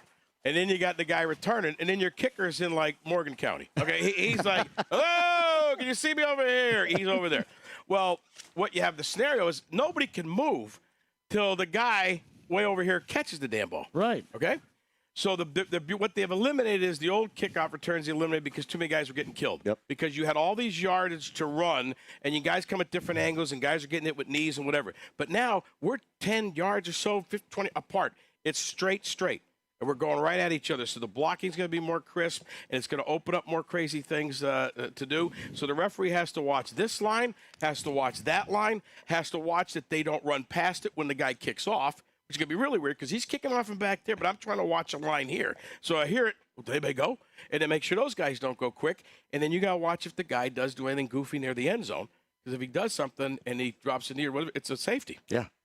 And you cost your team. Imagine that opening kickoff, we're down 2-0. There's no time left on the clock. It's gone. How that happened? We're down 2-0. When are we going to go to the bathroom? That was always our bathroom time. Oh, that's a great question. Well, wait a minute. We're just going to have to do it in our pants. How many TV timeouts are there? A quarter? Yeah. You'll have plenty of time. You'll be able to lay a lot. But our bladders, you got plenty of time. Our bladders were conditioned to it. Well, it's like, hey, you know what? They're kicking off, so I got to go pee. That's what it is. Is it TV timeouts? What, 4, 6, 4? Yeah. You got plenty of time. You got plenty of time to go to the bathroom. You'll be fine. Some of our bladders are no longer conditioned. They just go whenever they want to go. Yes, sir. Eddie Watt is with us. So Miles Turner next week, huh? What's Miles talking about? I heard a rumor. That's good. I don't know. Basketball. You know, it's always funny. I always love this part of it. Whenever Miles got criticized more than Miles, I think. I loved it. If Miles, which, obviously I'm right about Miles. I have been right the entire time, especially how well he fits here. And I feel really comfortable and very confident in stating that. But if he had a bad game, I think I hear about more than he would, which is probably a good thing for him. But for me, I go, wait a minute. I wasn't out there playing. What the hell? Right. But the expectation. No, you know what? That was part of last season that I thought was really good is the fact that there are not a lot of dudes out there that can add to this team what is necessary in his skill set. And he is very important to this squad. Yep. And he's coming up on the 10th year of the Turner's Block.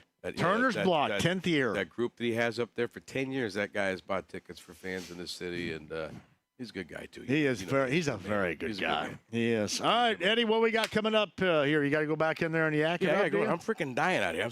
I'm old. I need another ice cream or whatever. I've got my shirt unbuttoned like I'm Andy Gibbs sitting over here all the way to my any further, I'm gonna put some gold chains around my neck here in a minute and act like I'm in the 1970s. Good to hear from you, man. Go ahead. Good to see you. Hey, pleasure, my friend. Yeah, thank you. So Eddie White right there. He is the post-game show host. He's with Pacer Sports Entertainment, and thank you, buddy. Appreciate that. He's going to go MC the rest of this event. This event, again, is the 16th Annual Eric Medlin Memorial Golf Tournament going on right now, supporting Peyton Manning's Children's Hospital. It is going on right now out here at Eagle Creek Golf Course. Anything you want to add and tease? Because we do need to talk about Mystic Waters Campground. We've got a Labor Day weekend bender, the sequel, coming up beginning tomorrow up in Pendleton at your place, Brent. Do that coming up on the other side. Mike Chappell at the top of the hour. You feel good about that? Sounds outstanding, my friend. Some of the latest stuff going on, including college football. Do not go away. We'll come back with you. That is next. 93.5 and 107.5 The Fan.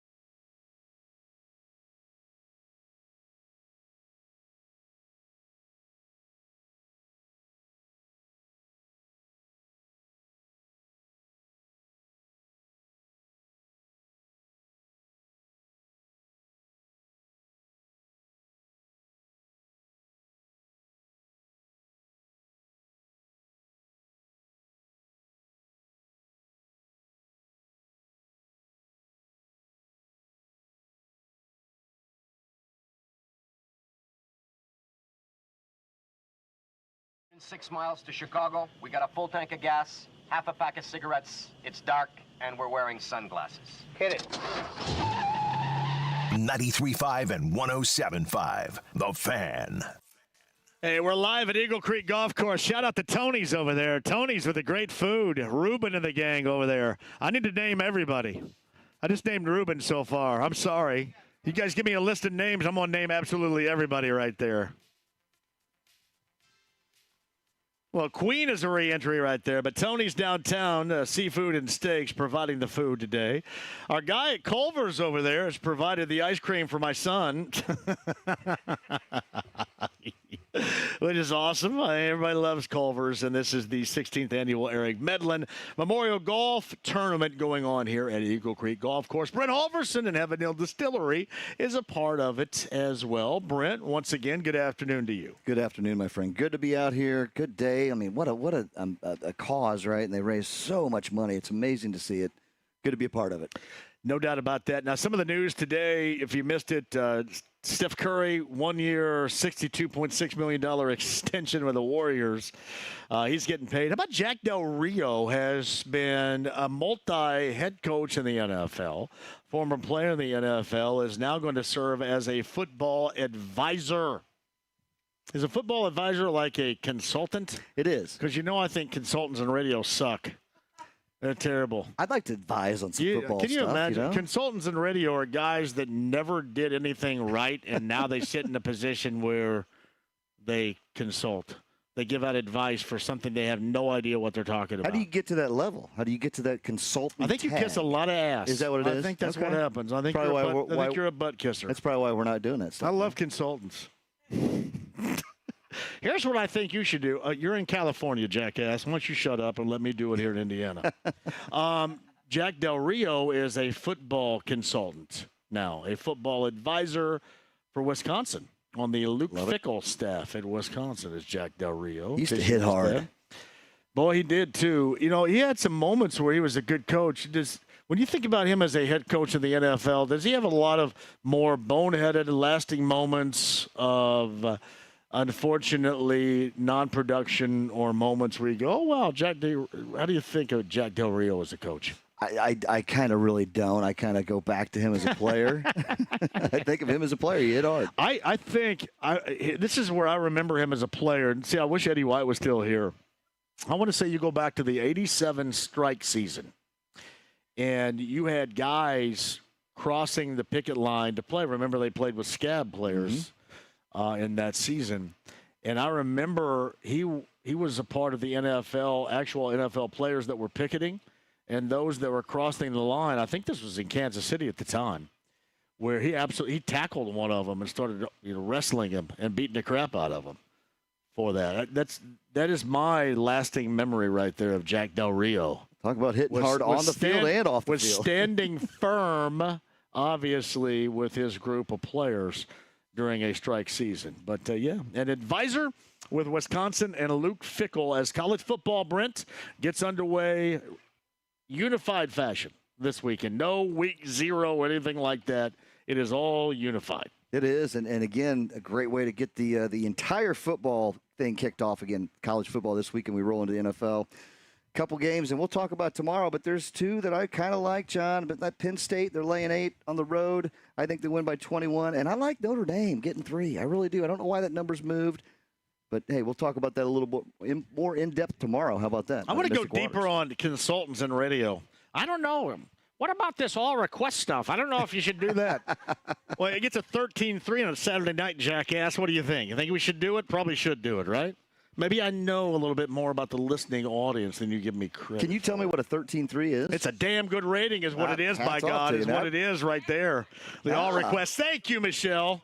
That's something Michelle can sell right here and right now, by God. Let me tell you that. Absolutely.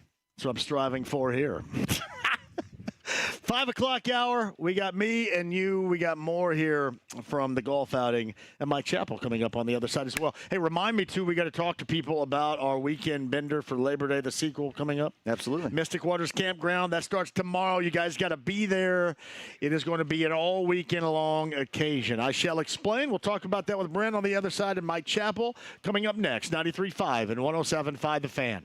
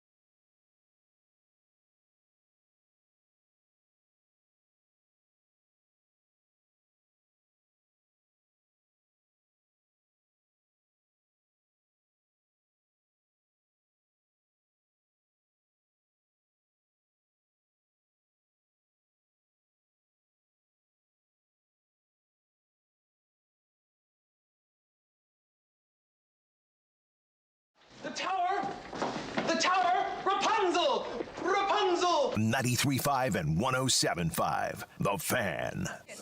Labor Day weekend bender is tomorrow. The sequel, Mystic Waters Campground.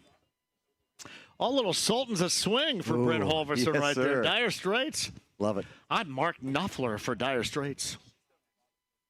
All right, we're going to get a couple of we're going to get the Lucas family all hooked up here. We have one Lucas family member right here, the president of Lucas Oil Racing. Katie is here with us. Hi, Katie. Hello. Thank you for having us. We got to mic up Morgan here, I think. There we go. Get Morgan in here. There we go. Is it? Check, baby. Check, baby. 1, 2, 3. Love it. I'm going to do some Rex and Effect imitations right here. How we doing? Fantastic. Yes. What a great day. Well done out of you both with this. Thank you. It was a very special day. You know what? I can't take credit for any of it. My wife, her team, they've done a fantastic job with this the entire event for a number of years now. But I do want to mention the Dire Straits intro. Yes. Fantastic. Isn't that? Are you a big fan of Dire Straits? I know they were the original MTV band. They were. And Money for Nothing. Money for Nothing. And it's funny. I do like classic rock. It's a big thing. So I actually bid on the ZZ Top auction item today in our auction here. ZZ Top and Leonard Skinner together. No, it's great. Whenever I hear those kind of intros, it makes me happy. You know, it's funny about Dire Straits. Like Money for Nothing was their, huge hit. 1985 big MTV hit. Yep. Whenever Walk of Life came on, I always changed it. I didn't like Walk of Life. Yeah. Did you like Walk of Life? Back then I did. But I'm a Sultans of Swing. That song right there, man. Sultans of Swing. That's you play that all day, every day. Yeah. I'm all in on Walk that. of Life, I go, I don't know about that. But, man, Money for Nothing, that was it from the 80s right there, Morgan. Morgan, I didn't know Casey Kasem was going to sit down across from us right here. I dig that. I like it. Listen to the show. I love what you do. You gotta go That's another JMV takeover guy right there, man. So, yes. Hey, I said this a little bit earlier, guys, both Katie and Morgan with us right now. I love the way, because we see it in IndyCar, we see it in NASCAR. There is nothing better than when a racing community, like NHRA, for example, come together for a great cause like this. It just always seems in motorsports, Katie, like it's different. It is. It is truly a family. Those aren't just words. Yeah. They show up when you're in need. They're to celebrate, and certainly something like this to raise money for kiddos. Hats off to you guys. I just heard what was raised today. Holy cow, that is outstanding. Is that the record? Is that a new record? I haven't even heard the final number yet. Maybe I don't know that I should say that. I just heard some big numbers. I was like, holy cow, that's outstanding. It should be a record. It looked to be, and the turnout was awesome. Again, what you guys have put together here, hats off. It's pretty cool. Thank you. It's a team effort. It is definitely a team effort. It's fun to have a sellout crowd each year. That's great. That's wonderful. Yes. Yeah. I'm driving around today. Normally I golf. I got to drive around with my beautiful wife today, which is nice because she would actually have me. And it's awesome because this tournament, when we started it, it was about honoring Eric, our friend in the racing community, and all the things that we've been able to do over the years. And when Katie took over the reins, and the team that is just built this thing up to something really just crazy. 16 years. I would have never imagined that. At most tournaments, charity tournaments, they last 5-10 years, and they kind of peter off. And this has been something that has been able to sustain. We've got amazing vendors and partners, whether they're customers or people supplying us chemicals. We've got people coming in from all over the country that come in for this, and same with race fans. We have a large group of people from Buffalo, New York. I saw that with all the Bills logos on there. This is the perfect tournament for them. This is the golf tournament version of jumping on tables in the parking space. Yeah, it was kind of like that. Yeah, like the Bills Mafia. That's what you're talking about right there. We're blessed. We really are. We've got some great friends, great people that we work with, and great people in the community that really take part in this and make what it is. Morgan and Katie Lucas join us right now, the CEO and the president of Lucas Oil Racing, and then some. Do you like being the decision maker or the participant more? There's always been a delicate balance. Are you leaning more toward one or the other right now? How do you balance it? I want to hear what he says. Yeah, I can't wait. I thought you might. Yes, I thought you might. I'm going to preface this with some background really quick. Sure. Sorry, I'm just going to do this because this is what I call simple husband insurance. We have our kids. We have a 10 and 8-year-old son, both heavily involved in sports.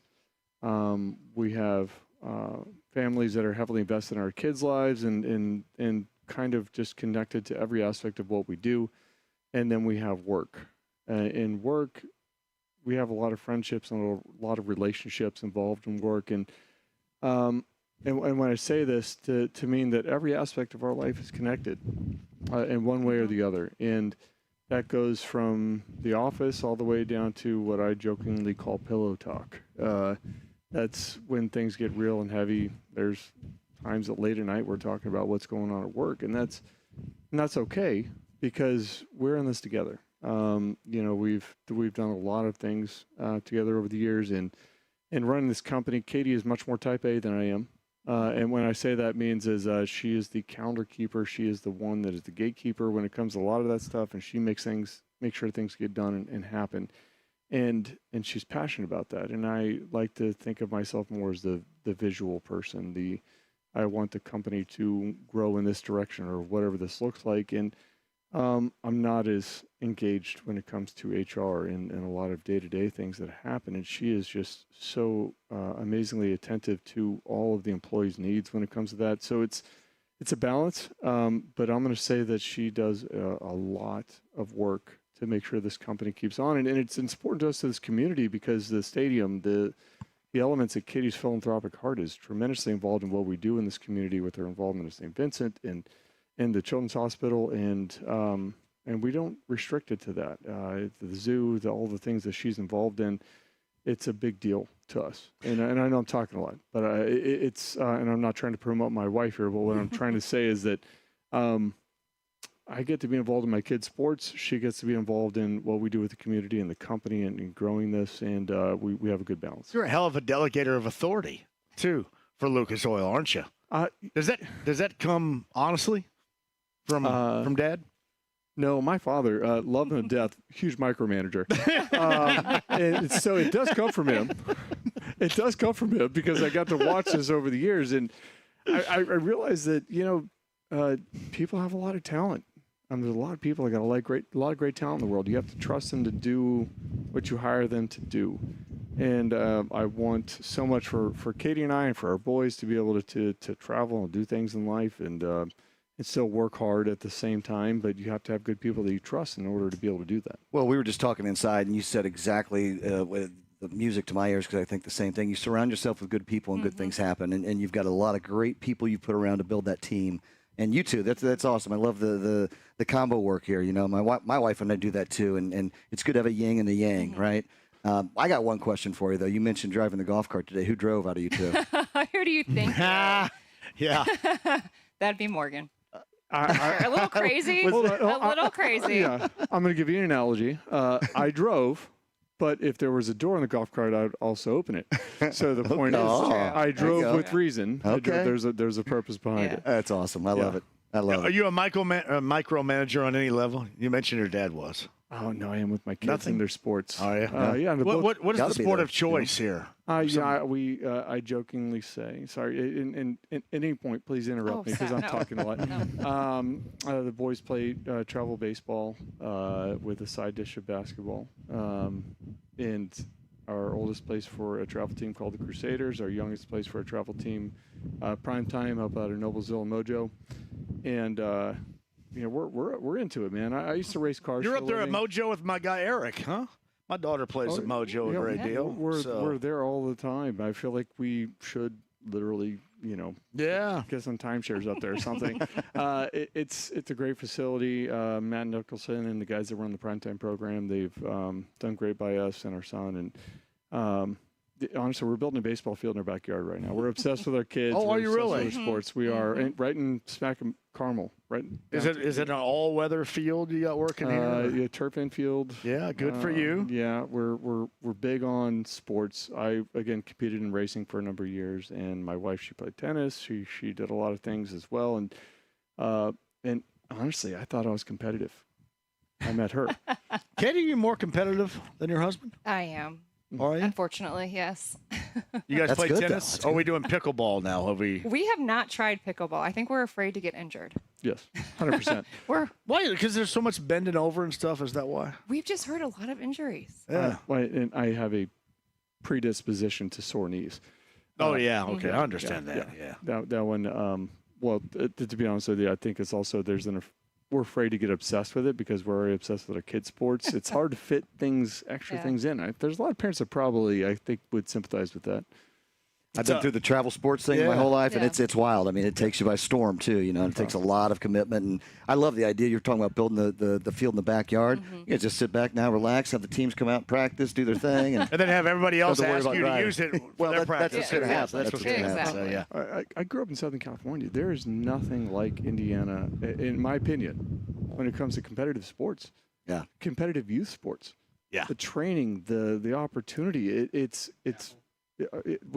competitive all the way across, front to back, and we are so blessed to be part of it. But we also know that, our kids go to Heritage Christian. We love it. Really? There. Oh yes, yeah. Fantastic HC school. action up there. Yes, fantastic school, fantastic program, and it also competitive sports. But field time.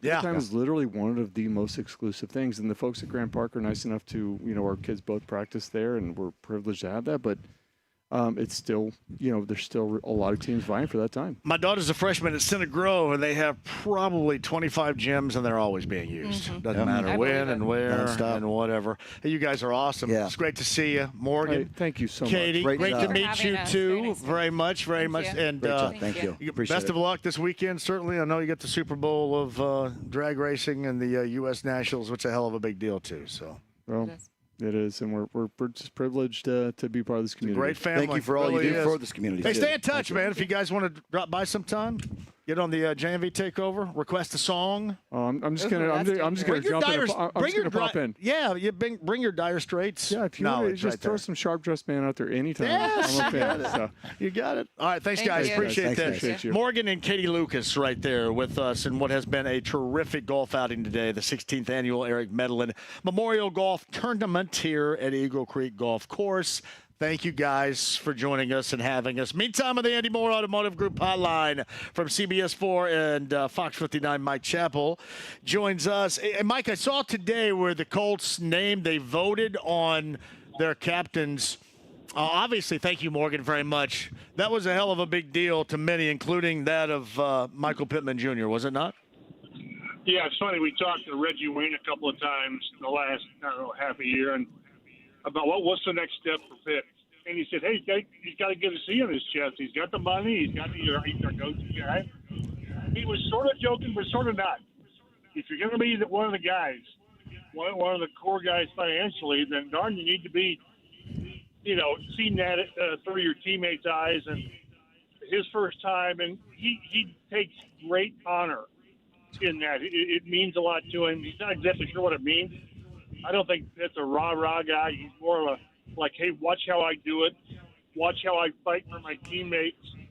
That's how he does it. But now 8 captains is, that's a lot of captains. But it just, that's like, it's like, I don't know, you only got 53 players on the roster. So, but it's kind of, and the ones that they named are the ones that, I see that. DeForest Buckner and Zaire and Kenny Moore and Ryan Kelly, Quentin, Jonathan Taylor, and Richardson. So those guys need to be your leaders. Your best players need to be your leaders. So Mike Chappell of CBS 4 and Fox 59. He is on the Andy Moore Automotive Group hotline. So a lot of people have mentioned this to me, and I say this is not a big deal at all, and maybe you will disagree. But the keeping of a kicker on the practice squad, to me, always kind of felt like it was a common theme. But, you factor in a lot of things considering missed field goal opportunities during the preseason from Matt Gay. There's nothing behind that other than just in case, correct? Or is there something more that I'm not saying? I mean, I remember going through this in 19 with Vinatieri when he just couldn't kick well because of an injury, and they kept saying, we're okay, he'll be all right. I don't get this is the same thing with Matt Gay. It was a little strange when Chris Ballard sort of unprovoked just said, I think somebody asked about his kicker. He said, we've got no worries. And, more went into last year than there's more to the story behind it. And he really didn't get into it. So, I know the Gays had a trial in December, and I know at some point he had a hip injury that one week he was on. I think the Atlanta game he was on with a hip injury one day. So we'll see. I don't put a lot in the fact they got a kicker on the practice squad. It's one of 16. I don't think that's trying to put the fear of God into Matt Gay. Schrader's pretty good. Strong leg, played pretty well in preseason. It's just, I wouldn't make too much about it. But having said that, the kicker needs to get out of this funk or whatever he's in. Again, he's like 17 of his last, whatever it is, 28 since he got up to that hot start. He's kicking 67%, including this last preseason, and that doesn't cut it. So hopefully this isn't an issue. Mid-September, we'll see if it's an issue. So Mike Chappell, who joins us now, here's something that I thought 2 weeks ago when I talked to him, and I didn't feel any differently yesterday when General Manager Chris Ballard talked with you guys. A lot of people out there suggest that there's a lot of pressure and he should be concerned and mention hot seats. And if he doesn't win big and they go to the postseason, then he's going to be out. I'm sorry. That's not the case right now, and that's exactly why he feels or does not feel the pressure that a lot of people feel in this case that he should, because, again, I just don't think, Mike, that pressure is there for him this season right now. Do you? No, I think the way he's wired, he says his DNA, I just don't think he goes in to work every day and say, man, if we don't get off to a good start or if we go 5-12, I just don't think he's consumed by that. Now, he understands this is the bottom line business, and the fact that he's in his 8th year and has 2 playoff appearances, and the last win was in 2018, there is pressure. There is pressure. I don't think – I know some people have written that it's playoff or bust. I don't think so. I really don't. I think they could go 9-8, 8-9, not make the playoffs. But if you see the growth in the quarterback and the growth in the team, I think he's fine.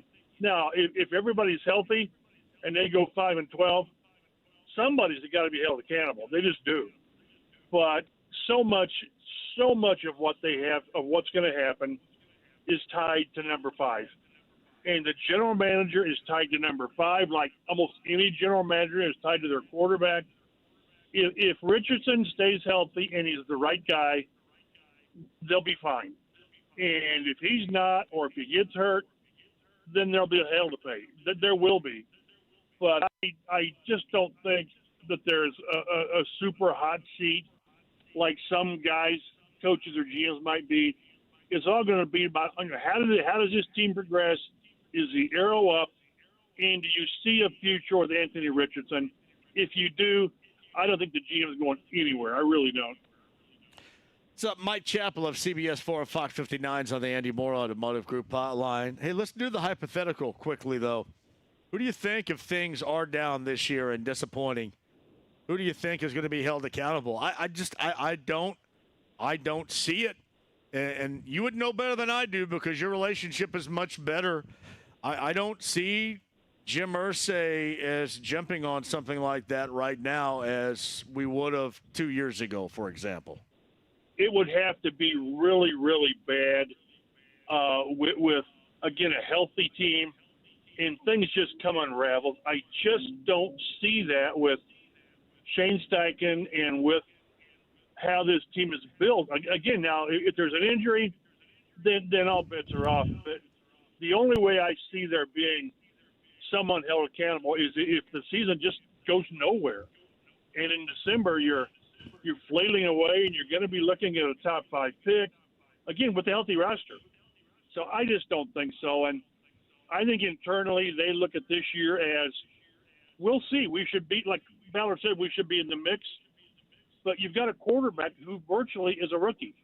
He's started 4 games. He started 17 games since high school. There are going to be ups and downs. He's going to blow a game with a bad play, and he's going to win you some games with his wows because that's who he is. You hope that the really good highs counteract the few lows, and you hope the lows aren't real lows and they're not extended. So, yeah, I just – again, I go back. It would take something that I don't foresee going on with this team. Irsay just doesn't throw out the blue chip stuff. I think maybe some of that. I don't understand the total support. Mike, he's selling it. Mike, he's selling it to the fans with that blue chip stuff. To me, he believes in Steichen being Shula-like right now, but that's just Jim Irsay's description, not mine. He believes that. I thought he was selling the blue chip evaluator and drafter and general manager in Ballard to the fans. I don't disagree, but I tell you, if you look at all of these rankings, whether you trust the people putting them together or whatever, the Athletic had one with agents, and others have had ranking the GMs. And I'm telling you, nationally, Chris Ballard is considered number 5, number 6 as one of the better guys across the league. This isn't local puffing. This is national. The thing that's just killed him, killed this franchise, is the quarterback situation. And okay, the first couple of years, it was hard to recover, but they've got to get past it. That's why I say if they're right on Richardson, then everything's fine. They'll go on and maybe they, certainly win a division, get to the SEC title game, and then who knows. But if Richardson either can't stay healthy or isn't the guy, and what we've seen of him, he's got the talent to be the guy. He really. How good is he? I don't know. No one knows. But we've seen enough that this kid is pretty good. And I think this is one of the stronger rosters that Ballard's had. But none of that matters if the quarterback isn't the guy. You're going to waste if he's not the guy, you will have wasted Jonathan Taylor's career. You will have wasted the last couple of years of Quentin Nelson and Ryan Kelly, because the team gets old quickly. So much is on them being right with Ballard and Shane Steichen picking Anthony Richardson. They swear from here till doomsday that he is the guy they wanted. Well, we'll see.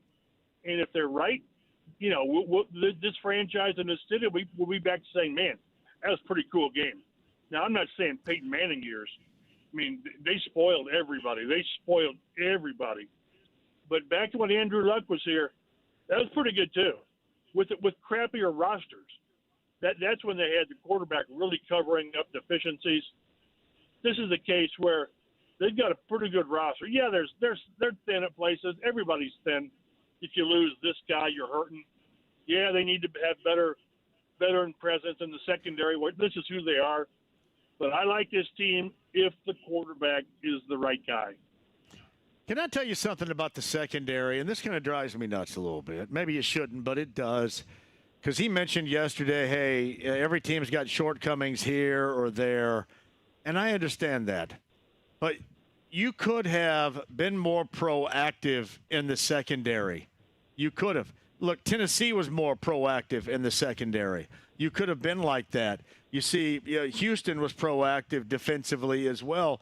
But the Colts could have been, and I understand that I guess they feel they did a swing and a miss of sorts on Snead, but there are other opportunities that you have. It wasn't like, all right, this or bust and that's it. And I think to frame it up that way is disingenuous to the fan base. Well, I understand that young players have to play, but I don't think they necessarily have to learn on the job if they're not ready. And if I'm another veteran on the defensive line or whatever, and I see that there was a chance to do something to improve, I'm not saying Stephon Gilmore-like, but to bring in a guy who's played well, corner, I still say safety. I mean, I still think they're walking the thin line at safety. But I agree with you. They could have and should have done something more to better prepare yourselves for when X player gets hurt. Juju Brents has had some problems staying on the field. And Nick Cross, you don't know, yet you hope, but he started 4 games in 2 years. So, yeah, I think, I tell you, in December, either Chris Ballard and that team is going to say, see, we knew what the hell we were doing. Or we're going to say, what in the hell were you doing when you saw what you had? So it's boom or bust. I hope they tell us, see, we knew what we were doing. I just don't like both positions to be so dependent on young players stepping up. All the corners, for the most part, except for Kenny Moore, and all the safeties except for Julian Blackman, you just have to say, boy, I hope they do it. But I'd rather have less hope and more proven. That's just me.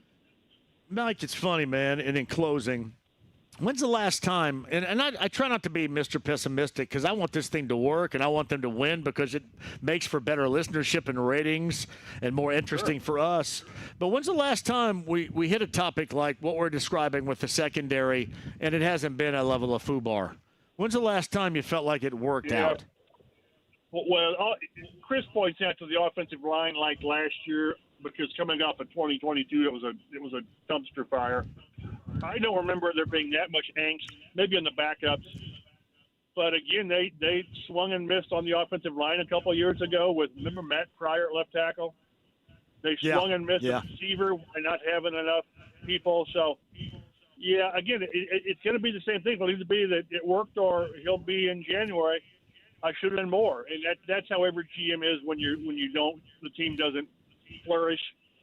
I just think that, again, what I always go back to is it wouldn't have taken that much, money-wise, investment-wise, and all that, to bring in, okay, not Jamal Adams, but Justin Simmons, somebody. It would have cost you a year and $4 million in cap, purposes. That's not much. So it'll work or it won't. I hope it works because, again, like you said, it's a lot easier. It's a lot better covering a team that's successful as opposed to one who's giving up 400 yards passing all the time.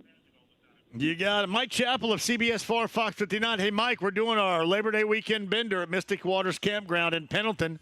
You've been up that direction before many times. All those lakes and the cabins there.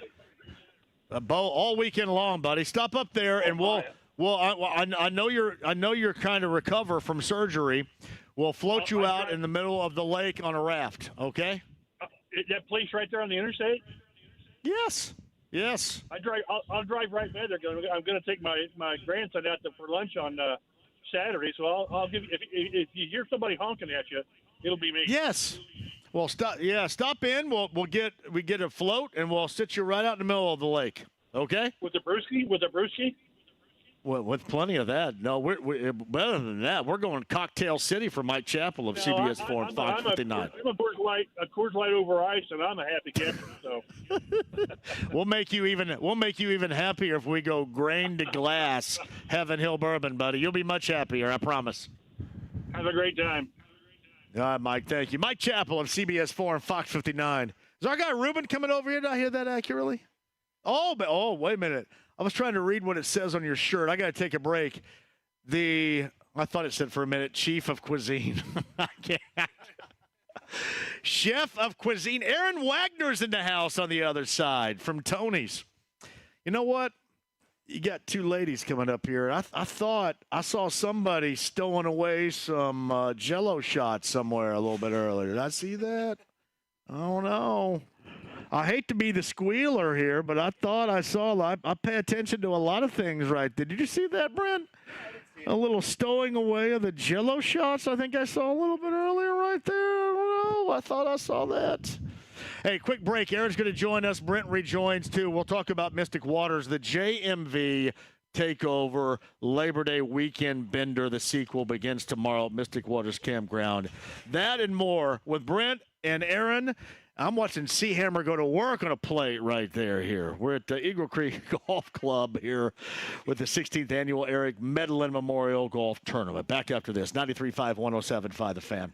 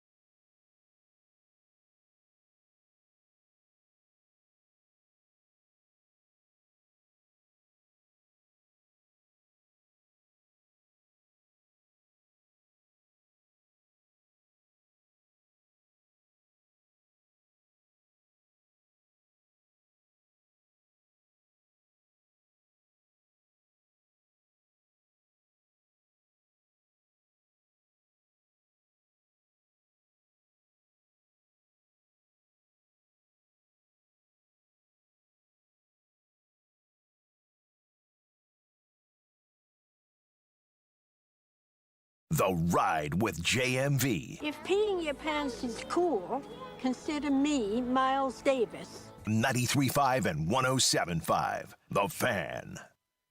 Hey, my name is John. I'm so damn glad you're with us today. We've had a great time.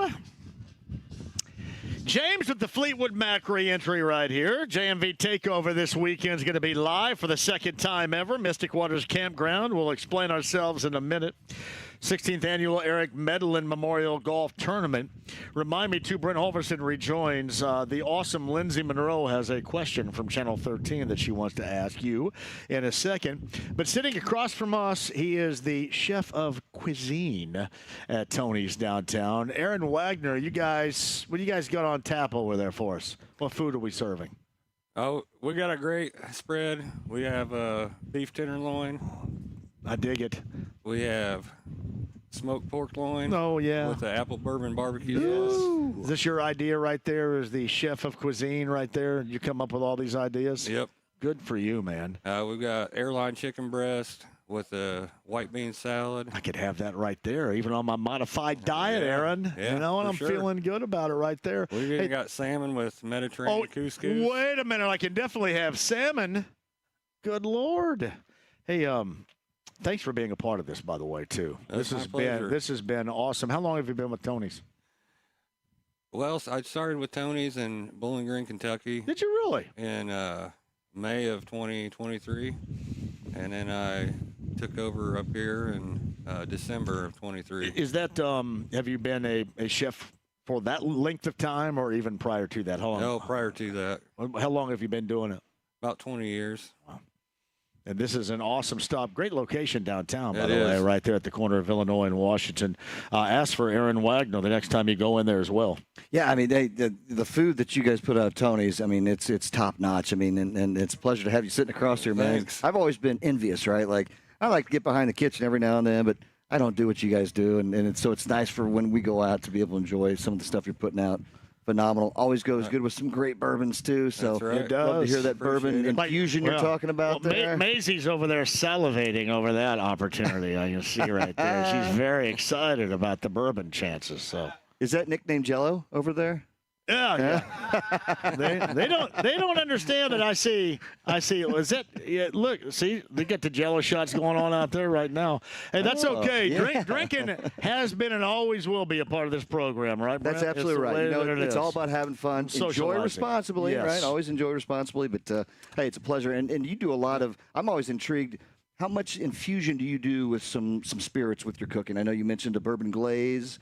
You playing around quite a bit with some good brown goods and some different spirits in cooking? Yeah, always white wine, red wine, definitely bourbon. Love it. Yep. That's got to be fun to play around with, you know, John? It's got to be fun to be able to do that. I just crank open a can of tuna and have at it. I need to do a little bit more than that. Hey, I crank open a bottle of Larceny and I'm going to slide by. I'm trying to make friends with Maisie right now. I'm going to slide by and grab some of that salmon, I think, on my way home right there. Hey, speaking of which, I know, man, weekends are a big deal for you guys downtown as well. What do you guys got coming up? Anything you want to talk up as far as experiences, any change in the menu, anything you guys got coming up? Oh, for sure. About a week ago, we launched some new menu items, some really great stuff, some new apps, some new entrees. Give me an example of that new menu item that we can experience over there. We've got some arancini. I don't have any idea what that is. It is a fried risotto ball. Ooh, I'm a risotto fan. I like risotto, too. Oh, served with a slightly spicy marinara. We got a great sausage and peppers app. Served with a stout bread made with Guinness. Yeah. That's awesome. Yeah, we got a great chicken and gnocchi dish.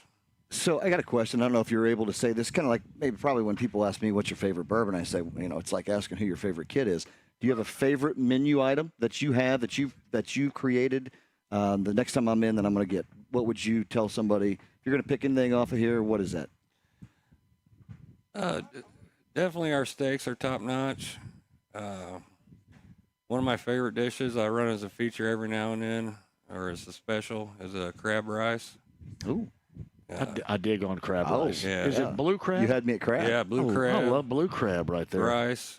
Usually use some Benton's bacon. Awesome. From Tennessee, yeah. Love it. That sounds great. Aaron, thanks for check it joining out. us here today. Shout out to Ruben over there, too. Oh, yeah, Ruben's great. And Maisie. Maisie's all about this bottle of bourbon right in front of me right here, I think. Look at it. That's the type of reaction I get all the time when I call people on the Hands up in the air. Oh, my God, what? Aaron, guy. thank you very much, man. Great Thank job you. today, and thanks for helping out the cause today. My pleasure. You got it. Great That's cause. Illinois and Washington downtown. It is Tony's Seafood and Steaks. As for Aaron, the chef of cuisine. Thanks, Aaron. Thank you. Appreciate it. You guys, Aaron right there at, again, the 16th Annual Eric Medlin Memorial Golf Tournament. Eagle Creek Golf Course. I mentioned this, that Lindsay Monroe, who's going to join us tomorrow, both she and Gina Galeros of Channel 13 will be out. Lindsay just hit me up with a text and asked this. Hold on. Dogs and coolers, are they permitted at Mystic Waters? Dogs and coolers. Yes, and for dogs, must always be on a leash. Got to be on a leash. Keep your dog on a leash. We do have dog-friendly cabins. I know we had a few cabins left for tomorrow night. We're completely sold out on Saturday with cabins and RV spots, but we're a couple cabins left tomorrow night. Do I have an AC in my cabin? You do, John. Every one of those cabins are electric, air conditioning. You got a heater in there in case you want to turn it up a little bit. But it's no, they're awesome. Great spots. But yes. Coolers, please bring them out. Always drink responsibly no matter where you're at. Dogs on leash, but absolutely love to see you out and bring the furries. We love them. Dogs on a leash. Dogs on a leash. It is going to be great. We'll get into that at the end of the show coming up here, too. It is our Labor Day weekend Bender, the sequel. The sequel. That is coming up this weekend at Mystic Waters Countdown. That starts coming up tomorrow. Brent Halverson rejoins. I got to thank everybody here, and obviously Heaven Hilda Sterling has been a big part of it. But Kendall and Chris and Dev and Showbiz over there, and Michelle, Romy, Sarah, Morgan, and Katie for being a part of this today. It has been absolutely awesome. We'll come back after the Harris Hoosier Park race of the day. We'll get a winner for that 50-50 betting and dining from Harris Hoosier Park Racing and Casino in Anderson, and recap the day that included Dan Orlovsky and Mike Chappell and Morgan and Katie Lucas out here at Eagle Creek on a Thursday with 93.5 and 107.5 The Fan.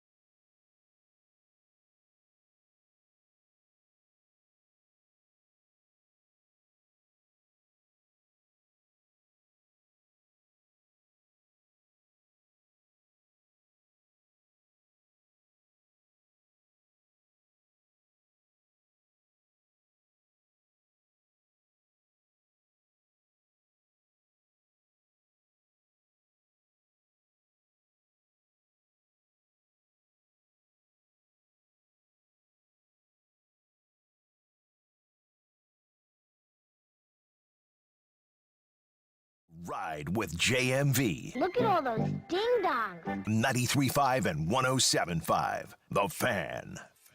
Welcome back to Harris Hoosier Park Race of the Day. Kim Becker gets 50-50 in betting and dining from Harris Hoosier Park Racing and Casino in Anderson.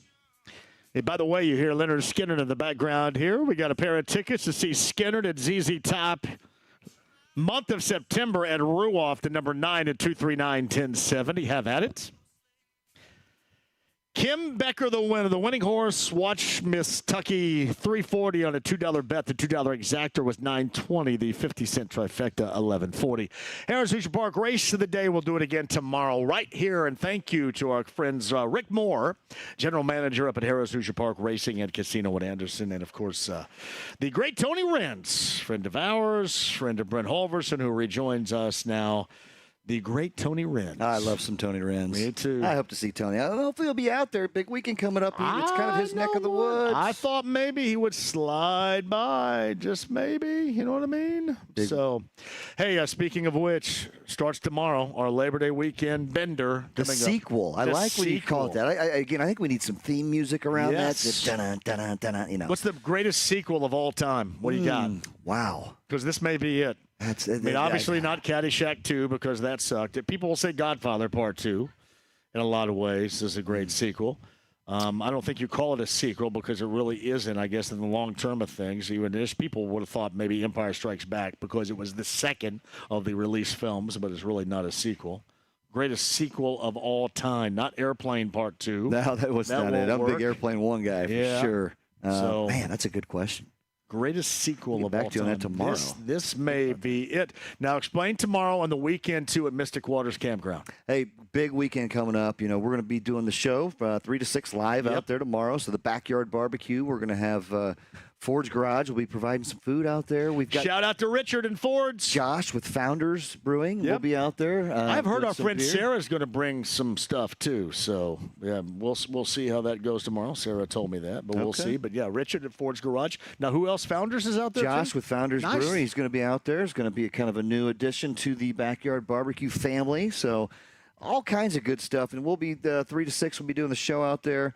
There will be a food truck out there from 6 to 10 tomorrow night. We'll have a Heaven Hill tasting out there to go along with the Founders Brewing tasting going on. We dig the tasting, we do. We've got some live music. Mikhail Robinson, his Cosmic Coverall is the name of his band, but he plays everything. This dude has been playing many tunes for many years. What's on his catalog of music he plays? It's pretty much everything, John. He's like kind of like, Kelly has got that 3,000 songs. Kind of Mikhail's just like that. He's more on the jam side of things, but he does a lot of that 80s, 90s. He'll bring it all back around. We're going to have some good times, some good tunes out there. Is he going to play Rusted Root? I hope.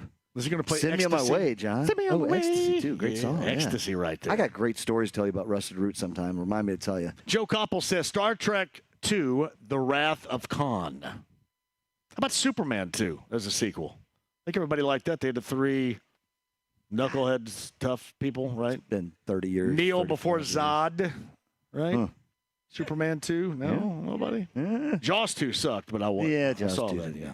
Anyway, go ahead. I'm sorry to interrupt. Yeah, no, not at all. So, again, tomorrow night, we do have some cabins available. There's a couple cabins left out there. Plenty of tent camping all weekend long, but we are sold out of cabins and RV spots on Saturday. We got a full weekend out there. Like I say, tomorrow is going to be big to start it off. Saturday, John, I'm kind of looking forward to this. We've got the Adult Olympics that will start at 3 p.m. We've got plenty of I don't want to say adult games. It sounds a little bit different than it is, but think foosball, cornhole, pong, ping pong, genda, kayak races, all kinds of good stuff. And then food truck will be open from 3 to 9 with Slow and Low. They make some amazing barbecue. Yes. And then the All Request second edition live JMV Takeover live, baby. All Request JMV Morgan Takeover. Lucas is a listener, by the way. Did you hear him talking it up? I did. It's outstanding. Damn, I love Lucas it. Love hearing that. Big time listener. There will be a late night grilled cheese station out there for all the late nighters to go after the 12 a.m. When you wrap it up and be done. Heath Birch, 50th birthday party. We got a bunch of people out there having a good time. Looking forward to it, my man. Starts tomorrow at 3. Starts tomorrow at 3. Get out there early and come join us. Awesome. It's going to be a big one. Hey, Michelle, the Lucas Oil JMV Takeover, title sponsor. Well, I'm thinking right here, right on. Sell that. Brent Halverson, my guys, thank you very much. Heaven Hill Distillery, the Eric Medlin 16th Annual Memorial Golf Tournament here at Eagle Creek.